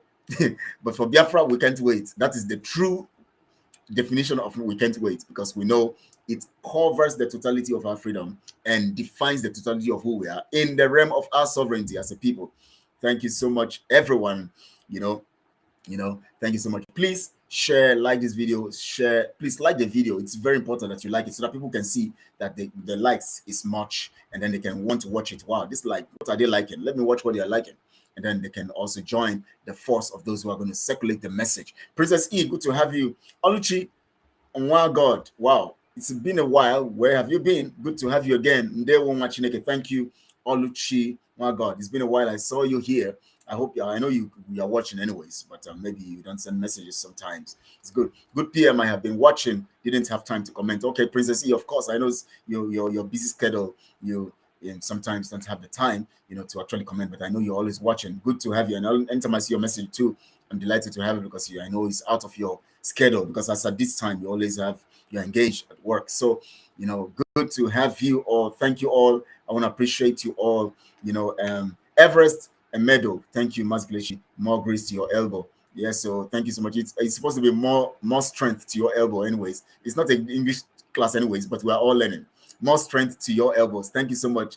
Thank you, Everest. It should be more strength to your elbow. Thank you so much, Everest. Nanyere Mwachuku, nice one, bro. Keep it up. Thank you so much. I believe that we have really learned some stuff from this broadcast. It's an interesting program. Thank you, Orange Man. Orange Man, are you going to maybe when Biafra comes, you are going to now invest in fruit juice, especially orange business. You have like Chivita have orange brand. You've now built an orange brand from Orange Man. You are doing well. Nanyere. Thank you so much. Thank you so much, Nanyere. Thank you. I'm delighted. Thank you for the compliment. Thank you so much. Let me see other messages that are there, so I don't miss anybody's message, because I like reading everybody's message. Chinwe. Chinwe. Thank you, Kelechi, on your resiliency in doing the work of restoration of Biafra. Biafrans will never forget you, sir. Thank you so much. And Chinwe, thank you. Chinwe, thank you so much. Thank you so much. That was false narrative. What is false narrative, my brother? Let's be specific on what you're talking about. That is false narrative. Kelechi, you are doing well. And up it. Thank you so much, Nanyere. Thank you so much. My brother, Mazi, what is the false narrative? Please let's know what you're talking about. Is it a call for us all? Is it a call? Okay, I think it's a call for this. Let me see if I can pick this call. For those who have the number, who have decided to, welcome to the program. You are live on Biafra Global Network. Yes, thank you so much. Please go on. We can hear you. Okay. Yes. Onyeka speaking. Okay, good to have you. Actually, I just came in, but there's one. I guess you're about to round off, right? Yes. Well. And there is a topic you talked about Mongo Park claiming his cousin Niger and that of Twin. Yes. You see, I want to comment on that area, please. Okay. Okay. Am I allowed? Go on, please. Why not? Okay. Greetings, dear friends. You see, these people actually done damage on the mindset of our people, and they used to perpetrate all these. They are claimed missionaries. Today our people were thinking that missionaries, they actually did us favor, but they never knew that missionaries they are the originator of divide and rule. Okay. They use them to perpetrate this false narrative. When these people tried to invade our land for 40 years, they were resisted 40 years. You know what they did? They went. There was a classified report that I myself I read this report, but they removed this from internet. Okay, either they removed it or they just deleted it. This report says one of the imperialists was reporting about Igbo and the East as a whole. Okay, so he said these people, they are so dedicated to their God, they are so industrious, they are so hardworking, they are so united. No beggar, no criminality. I want you to underline that line. Underline it. Yes. No beggar, no criminality. In fact, they leave their doors open. Yes. Okay? So after he made a suggestion that they are going to introduce outdated education to subdue their education. What I'm saying, and also fake religion. I am telling you this. I believe I'm not the only one that have read this very well, report. Correct. Yes. Okay. Yes. Then after, after then, in a few years, the missionaries came in. These missionaries, they came in, they succeeded in dividing our people internally and also demonizing our science. Do you know, they found out that our science will be more powerful than theirs in the area of security and healthcare. What I'm saying. So that is why they use this, what's it called, missionaries to continue demonizing our heritage, our native, our science doctors, all our war angels. They're tagging them fetish, you know. So and when the missionaries left, this are claimant of God today that without godliness, which one of them was among those who kidnapped our leader? They are continue validating that stand of the missionaries. I'm telling you, that is what is happening today. We need to understand those who are our enemy, who actually clean us. If you were told that a bishop will be among those who kidnap our leader, would you have believed? Those who want to take us to heaven. Those who want to take us to heaven. So I want us to understand that all these things, they just perpetrate those narrative, you know, to condition the mind of our people, you know, to make you look inferior. Okay? Okay, look at today now. If a man of God did not speak truth today, when would that man of God speak the truth? A clear man of God is supposed to be the epitome of truth, epitome of justice, epitome of honesty, and epitome of equity. But where are they? Why are they not speaking the truth? Those who claim they are man of God. If they did not speak the truth, who will speak the truth? They all kept mum. God granted our leader bear. None of them talk. Killings are going in our land. None of them are talking. So, which of the gods that called them? That is my question. Which of the gods? Because the last time I checked, they are not called by the God of creation. You're right. I rest my case. Thank you so much, my brother. Thank you for calling. We have noted, and let me make some. You have just pointed. So I mean, giving a wider, explanation to that fact. Thank you so much for calling, and enjoy the rest of your day. And thank you. So now let me explain this. Just like he has said, what they did is this: as soon as they sent their pirates and their criminals like Mungo Park and Co., as soon as they came in, they now use them to brand the people and make them feel that they are nothing. Their culture is flawed. Their way of worship is flawed. Make us feel that we actually are not developed, and make us feel that we actually don't have a standard. Just make rubbish us. They now brand us as people who need help. They now send their missionaries, telling you that their missionaries have solution based on the fact that their missionaries are more spiritual. Their missionaries are more closer to God. Their missionaries have the solution to the problems that they have already branded us, the name they have branded us, that we need help, spiritual and physical help, that we're not developed. Their missionaries have the British have solutions. So the missionaries now are projecting Britain using religion to becloud our minds, so that we will now, in the realm of that religion, we'll now see ourselves as helpless. Oh, they need savior, and that savior is Britain. Britain is now the Christ. Britain is going to bring the solution. Britain is going to give us the solution. Britain is going to help us. So the missionaries began to preach the scripture and Bible as if Britain is the Christ, meaning that it is when we adopt the way and pattern of which Britain wants us to worship, using the confession to priests. The confession to priests was a strategy to make sure that they keep knowing what is on your mind, so that they will keep adjudging and designing and knowing what you plan, what you are trying to do, and all of that, so that they will be able to know what is in the mind of the people to help the colonialists to actually know how to subjugate and to suppress the people. So the confession to priest, you see, it's not because they're telling you to confess, because God has to, because what your confession will now make sense, and then God will now receive your no, it's not for repentance. It is for them to access your mind and know what's on your mind. Thank you so much for joining. You're welcome live on the program Biafra Global Network. Please go on. Please, you can put off your device so that you can listen. Afternoon. Yes, please, you can put off your device so you can listen from your phone, so you can, the noise can go down. Thank you so much. Good afternoon. Please go on, please.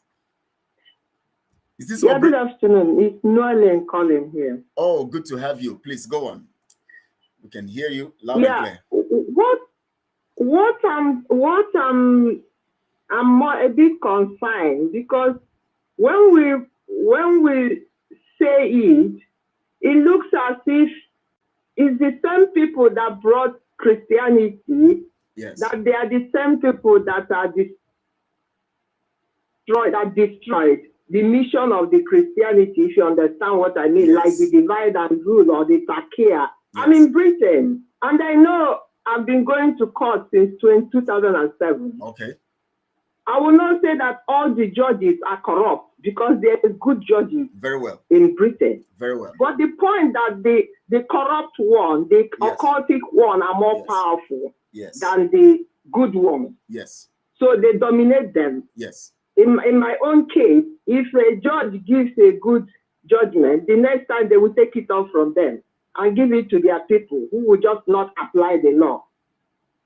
Wow. So, in this, based on the experience I have, I believe that the people that brought Christianity are totally different people that brought the divide and rule or the takia or all the evils.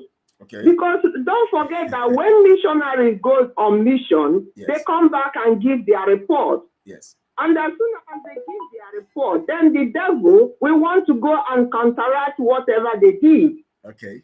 So I want us to bear that in mind, because when we say it, it seems as if Christianity is a bad thing. Okay. I never believed that Christianity is a bad thing, because there's good people in life, there's evil. Just take an example of what is happening now between autopilot and the stupid DOS and so on. Yes. Imagine 100 years to come, somebody will say, oh, IPOBs never want a Biafra. That is wrong. That is totally false.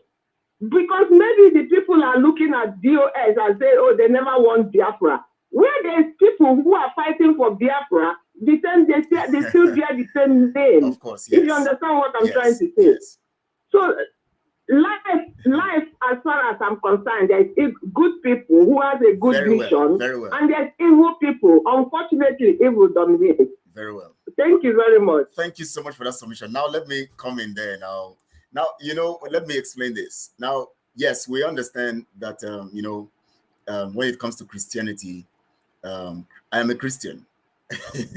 a very good one at that, anyways. And I love Christianity so much. I believe in Christ. I believe in the Godhead, and I believe in the concept of the scripture. I preach the scripture every Sunday here. By 1 p.m. we talk scripture. So Christianity is not a challenge to me. It's not a problem, because that I'm part of it. Now, what we try to do here is not we try to talk about disparage Christianity or to condemn Christianity. But let me explain this.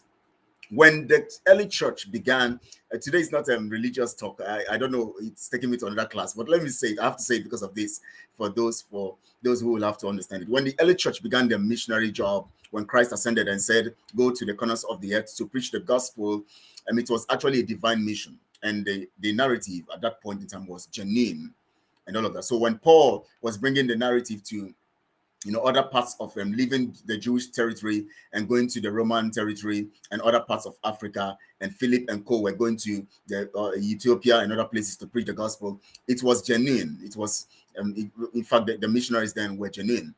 When the missionaries started coming, before Britain came in, some of them came genuinely. Outside all of that, of course, we know that when it comes to government, the government sometimes have their program.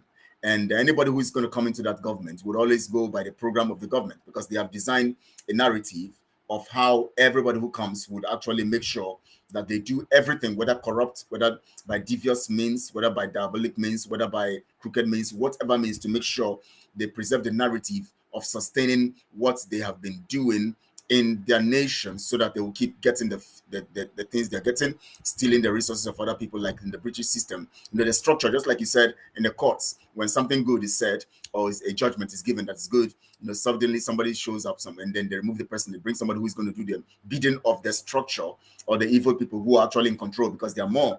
And so all of that. We know that when it comes to missionaries and all of these factors, and we have people who come genuinely. In fact, when the missionaries began to come into the terrain of the where they call Nigeria now, we had genuine missionaries.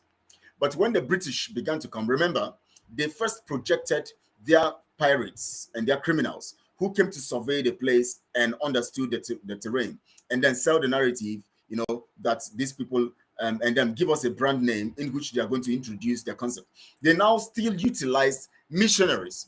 There were right missionaries coming in who were preaching genuinely, who came for the purpose of genuine, send of the message. Now, let me remind you, when the missionaries began their preaching, during the days of Paul in the early of the time of 12 AD, 8 AD, 12 AD, and all of that, when Paul and when the apostles were preaching before Paul later came into the scene, the Romans were in control then, and the Romans were killing the apostles, killing those who believe in Christianity. But when the Romans saw that the Christianity was still widespread, was spreading like wildfire, they discovered that they cannot control it. So what they did now is this. They now adopted Christianity as a weapon to keep Christianity under their control. But if they are going to adopt Christianity, they are going to corrupt it so that they will still pass their message and do what they have to do using the concept of Christianity. That was how they brought in the confession to priests, where they use it to penetrate the minds of the people, to know what the people are thinking. That was when they brought the issue of praying, with the penances, the sign of the cross, which was pagan, which was originally not Christian. They brought in all of this design, using the chaplet to pray, praying and confession to priests, the use of the penances, and all these things they brought in, they were originally pagan.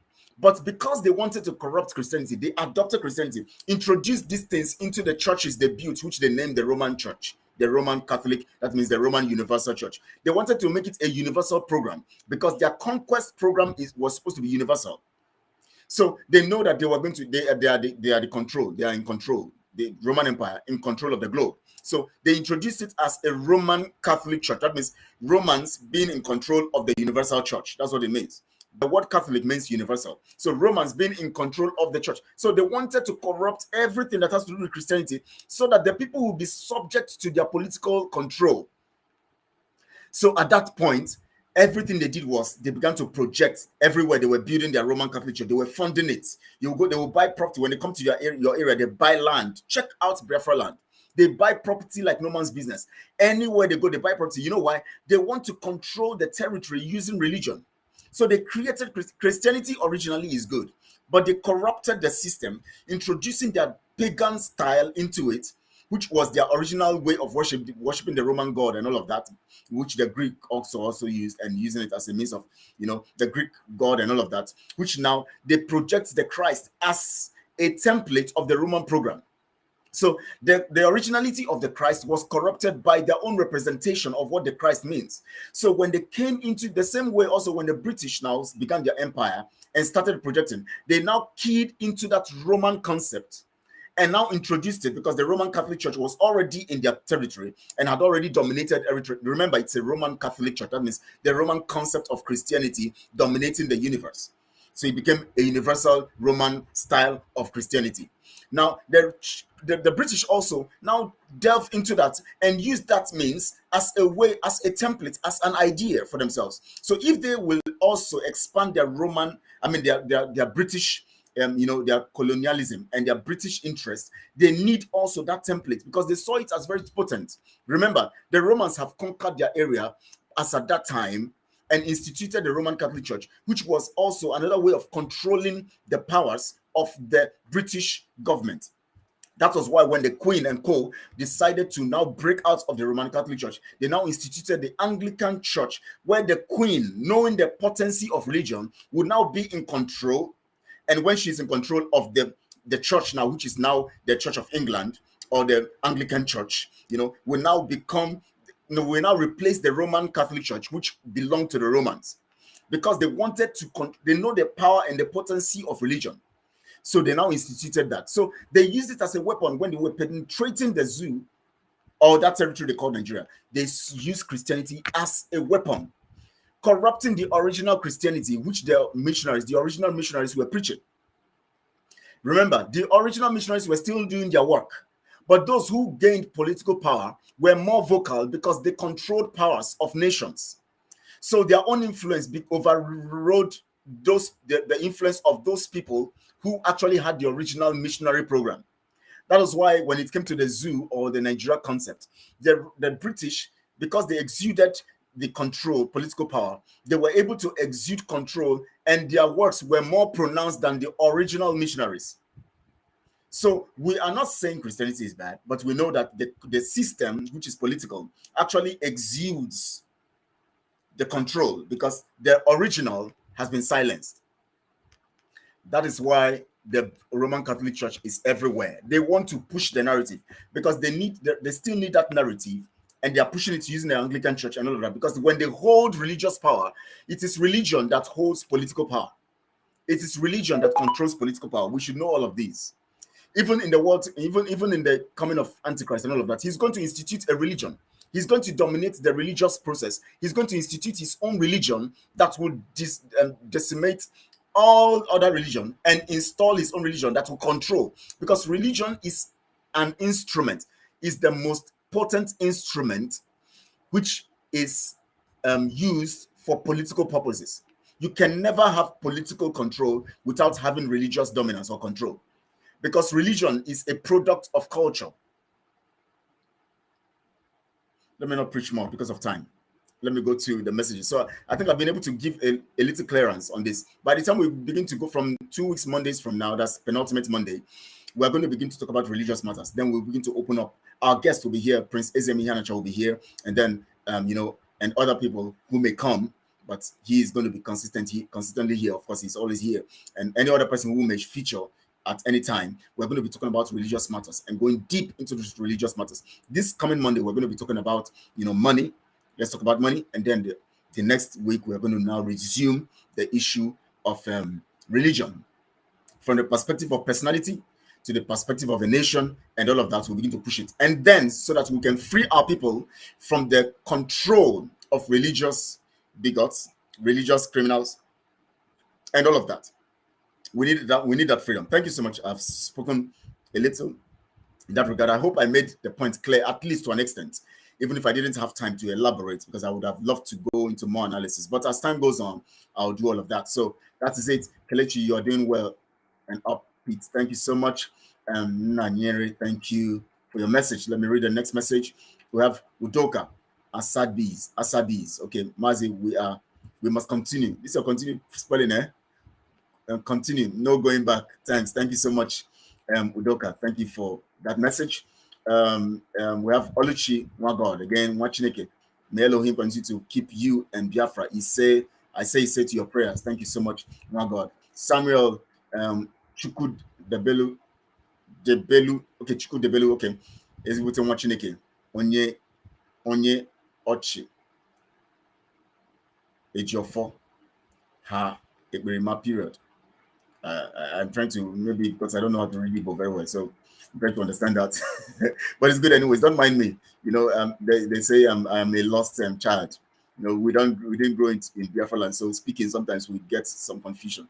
Seth, he says all this is also why I don't believe in Jesus' story. No. That shouldn't make you not believe in Jesus' story. No, for the fact that Britain has corrupted it doesn't mean you shouldn't believe it. Jesus' story is real, but Britain designed it and made that Christ to represent their intervention, making you see their intervention in your society that they have branded evil to mean the Christ. So that doesn't mean that the story of Jesus was not true. There's a real story of Christ, the Savior of the world, who is God. And there's the corrupted version which Britain used to propagate and push their narrative of conquest. So please don't get that wrong. Please, let's not get to that point of confusion. We should be smarter than this and wiser than this, because the Spirit of God is in us. Please, Mazik Simon needs our prayers, and also to all our autopilot media for our Lord to strengthen them and uphold to carry out this good fight of faith. Thank you so much, Margaret Jowe. Please, we need your prayers. Mazik Simon needs it very well. We all need it, so please keep praying for us. Edith Nedu says very correct. Yes, thank you so much, Edith Nedu, for that, and thank you, sir, for educating us. God bless you, sir. Thank you, Yasere Kende. Wow, my Oduduwa sister. This should be a lady also or a guy, because Kende most times is feminine. Even if we have Tai, we have Tai and Kende, so the twin. And so maybe it's Kende is the surname. I don't know. Tai is the male, Kende is the female. Of twins. So if whether female or male, thank you for being here. Please invite other Oduduwa members to come. We're learning because our freedom is sacrosanct to us all. Noah Ellen says, is there any proof that the people that brought Christianity that brought this different mission, like divide, any rule, or takia? I'm trying to understand the question. Is there any proof that the people that brought Christianity are the same? Is it what you're trying to say? The same that brought the different missionary? No, they actually, we had the political movement of trying to using Christianity to subjugate. We had the real missionaries. So the people who brought Christianity actually originally are different from those who now corrupted it to actually introduce their religious program using Christianity. So there are two different people. I believe she made a good point. We need to have insight for us to understand all about Christianity. Yes, you're correct. Margaret Jogwe, Christianity is not corrupted. It is just that those who used it against us have corrupted it. Just as Usman Danfodio used Islam to get into. That's it. Now you have given Chinwe. Thank you so much for this analysis. To get into the Hausa and conquer them. He used Islam to conquer them. He used it the same way the British used Christianity. But they know that it didn't work for the Hausas and the Fulanis. But they actually used it against us. And then they permitted, even if their intention is not to save. That is why you see that they are using the Fulanis to control you, because their intention is not for you to accept that Christianity, but for them to use it as a means of gagging you and holding you. When they those days, USA Championship Wrestling. I don't know whether those of you who watched who were born then. USA Championship Wrestling. Those you hear people like David Von Erich, Kerry Von Erich, Kevin Von Erich. I don't know whether you know the Von Erichs. You hear them when they say they give somebody claw hold, they'll hold your head like this. They say claw hold. They'll hold you and hold you and hold you and until you fall. Then I'll put it and then I'll ring the bell. They have won. Claw hold. They call it claw hold. That is what the British use. They use religion to give you a claw hold and hold you there until you collapse. That's what's happening in the church up to date. Margaret Jogwe. Yes, that's it. That is it. Oh, thank you. So we have Ejiofor Ezigbo Nwachineke. Ejiofor Ezigbo Nwachineke. Okay. Ejiofor's narrative. I understand now. I now understand. Samuel, I understand you now. I understand you now. So let's see. Criminal Equency Ejiofor. Thank you so much. I understand. Yeah, I understand you now. Samuel, I understand now. I understand. Eze says you are indeed a scripture scholar, Kelechi. Thank you so much, Eze. Thank you very much. Thank you very much for that compliment. I want to appreciate you all, those of you who have sent message, those who have not sent message, who are watching. Eze, where have you been all this while? It's good to have you today again. Thank you so much, Eze. Thank you all for your messages. I want to appreciate you all. In fact, it's good indeed, a good one, It's good, a good one, Okay, my brother, thank you so much, Samuel. Thank you all. I love you all. May you continue to stay strong. Tomorrow is Thursday. We're going to be having Recreating Biafra program. So prepare yourself. 1 p.m. Biafra time. We're going to be here. And I always tell you it's 1 p.m. Biafra time. Unless if something comes up, then it goes to the evening, 5 p.m. Biafra time. But always check it. Check it out. 1 p.m. Biafra time. We'll always be here. But once you don't see us 1 p.m. or to 5 minutes past 1, you know that we have changed gear. We need to take it for the evening because of schedule and all of that. And it's not like on Monday when I came in, or on Sunday or so when I came in around 10 minutes past.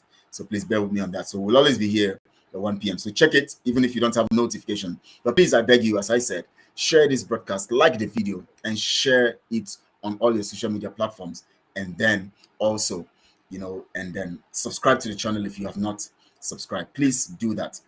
I'm watching every day, but sometimes I don't comment. Keep it okay. It's okay. Thank you so much. Good to have you here always. I know you're always here, and of course you always comment, when you have to, and you comment reasonable things. Thank you, Kehinde. Thank you so much. Okay, you're a man. Okay. Thank you so much, Kehinde. Thank you, Kehinde. Thank you so much. So men also can back in there. Wow, that's good. All right, so thank you all. I love you all. Share this broadcast. My name is Kelechi Ambrose, and your servant here, on the altar of this hallowed platform where we sacrifice the truth for the people of God to be free. Thanks, Mazi, Kelechi, and have a nice day. And you too, and you all watching. Thank you all, and Chukwokike bless you all. Bless you real good. Enjoy the rest of your day. Thank you.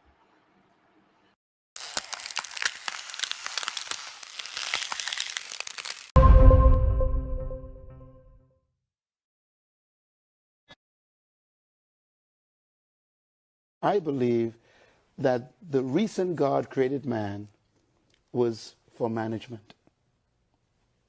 Really? I have never heard it put that way.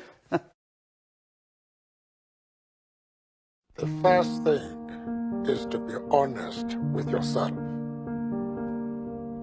You can never have an impact on society if you have not changed yourself. God will never allow growth where there is no management. Wow, wow, wow. So instead of praying for things from God, pray for the management ability. Everything I tell you is true. Everything I open my mouth and I say is correct because heaven directs me on what to say. Eligwe, heaven will tell me and I will tell you it will come to pass in front of your eyes. Not behind you, you will see it happening. God will withhold things from you if you cannot manage them.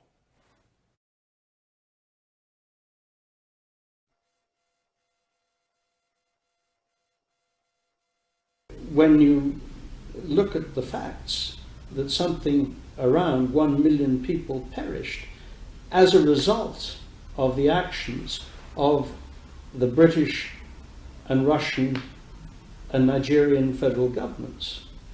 Vis-a-vis what we see in Nigeria, which is truly not, it should not be surprising. Look, what's happening in Nigeria is barbarous. It's horrible. I mean, it's complete madness, yet it's not a priority. The United States unilaterally could do almost anything it needs to do. It would be a long-term effort, but it could be done. And the United States has the capability. All the elements of power, we have those. So why not? Complete, it's not a priority. That's the problem. We are committed elsewhere in the world. Black West Africa is not a priority.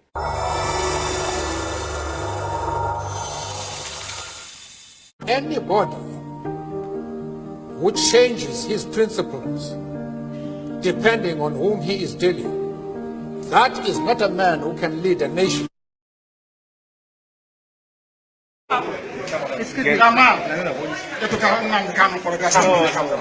can't tell me. No way. When the time comes, it's okay. What stupid country is this? So when it's this, you try somebody's secret? When you like, you try a secret? When you like, it's in public? What stupid country is that? What stupid country is that, I ask you? When you like, you try and you secret. When you like, you try in private. They are killing my people. They are killing my people. They are killing IPOBs. They are killing my people. After killing my people, you tell me what to tell in secret? The person is mad. Completely mad. Tell Buhari, that's what I said. That he is mad. He cannot tell me.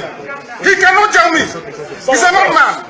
There's a contempt of court proceedings here. Contempt of court. They don't obey court order. They don't obey court order. You're telling me secret trial. Is the person mad? I, Nnamdi Kanu, will sacrifice anything sacrificable to make sure that Biafra comes. We hereby declare no election, no 2023 general election in Biafra land. This no election in Biafra land has been activated. We are going to make it a task that must be done by every Biafran. All measures will be put in place to make sure the adequate civil disobedience is implemented to stop the election in Biafra land.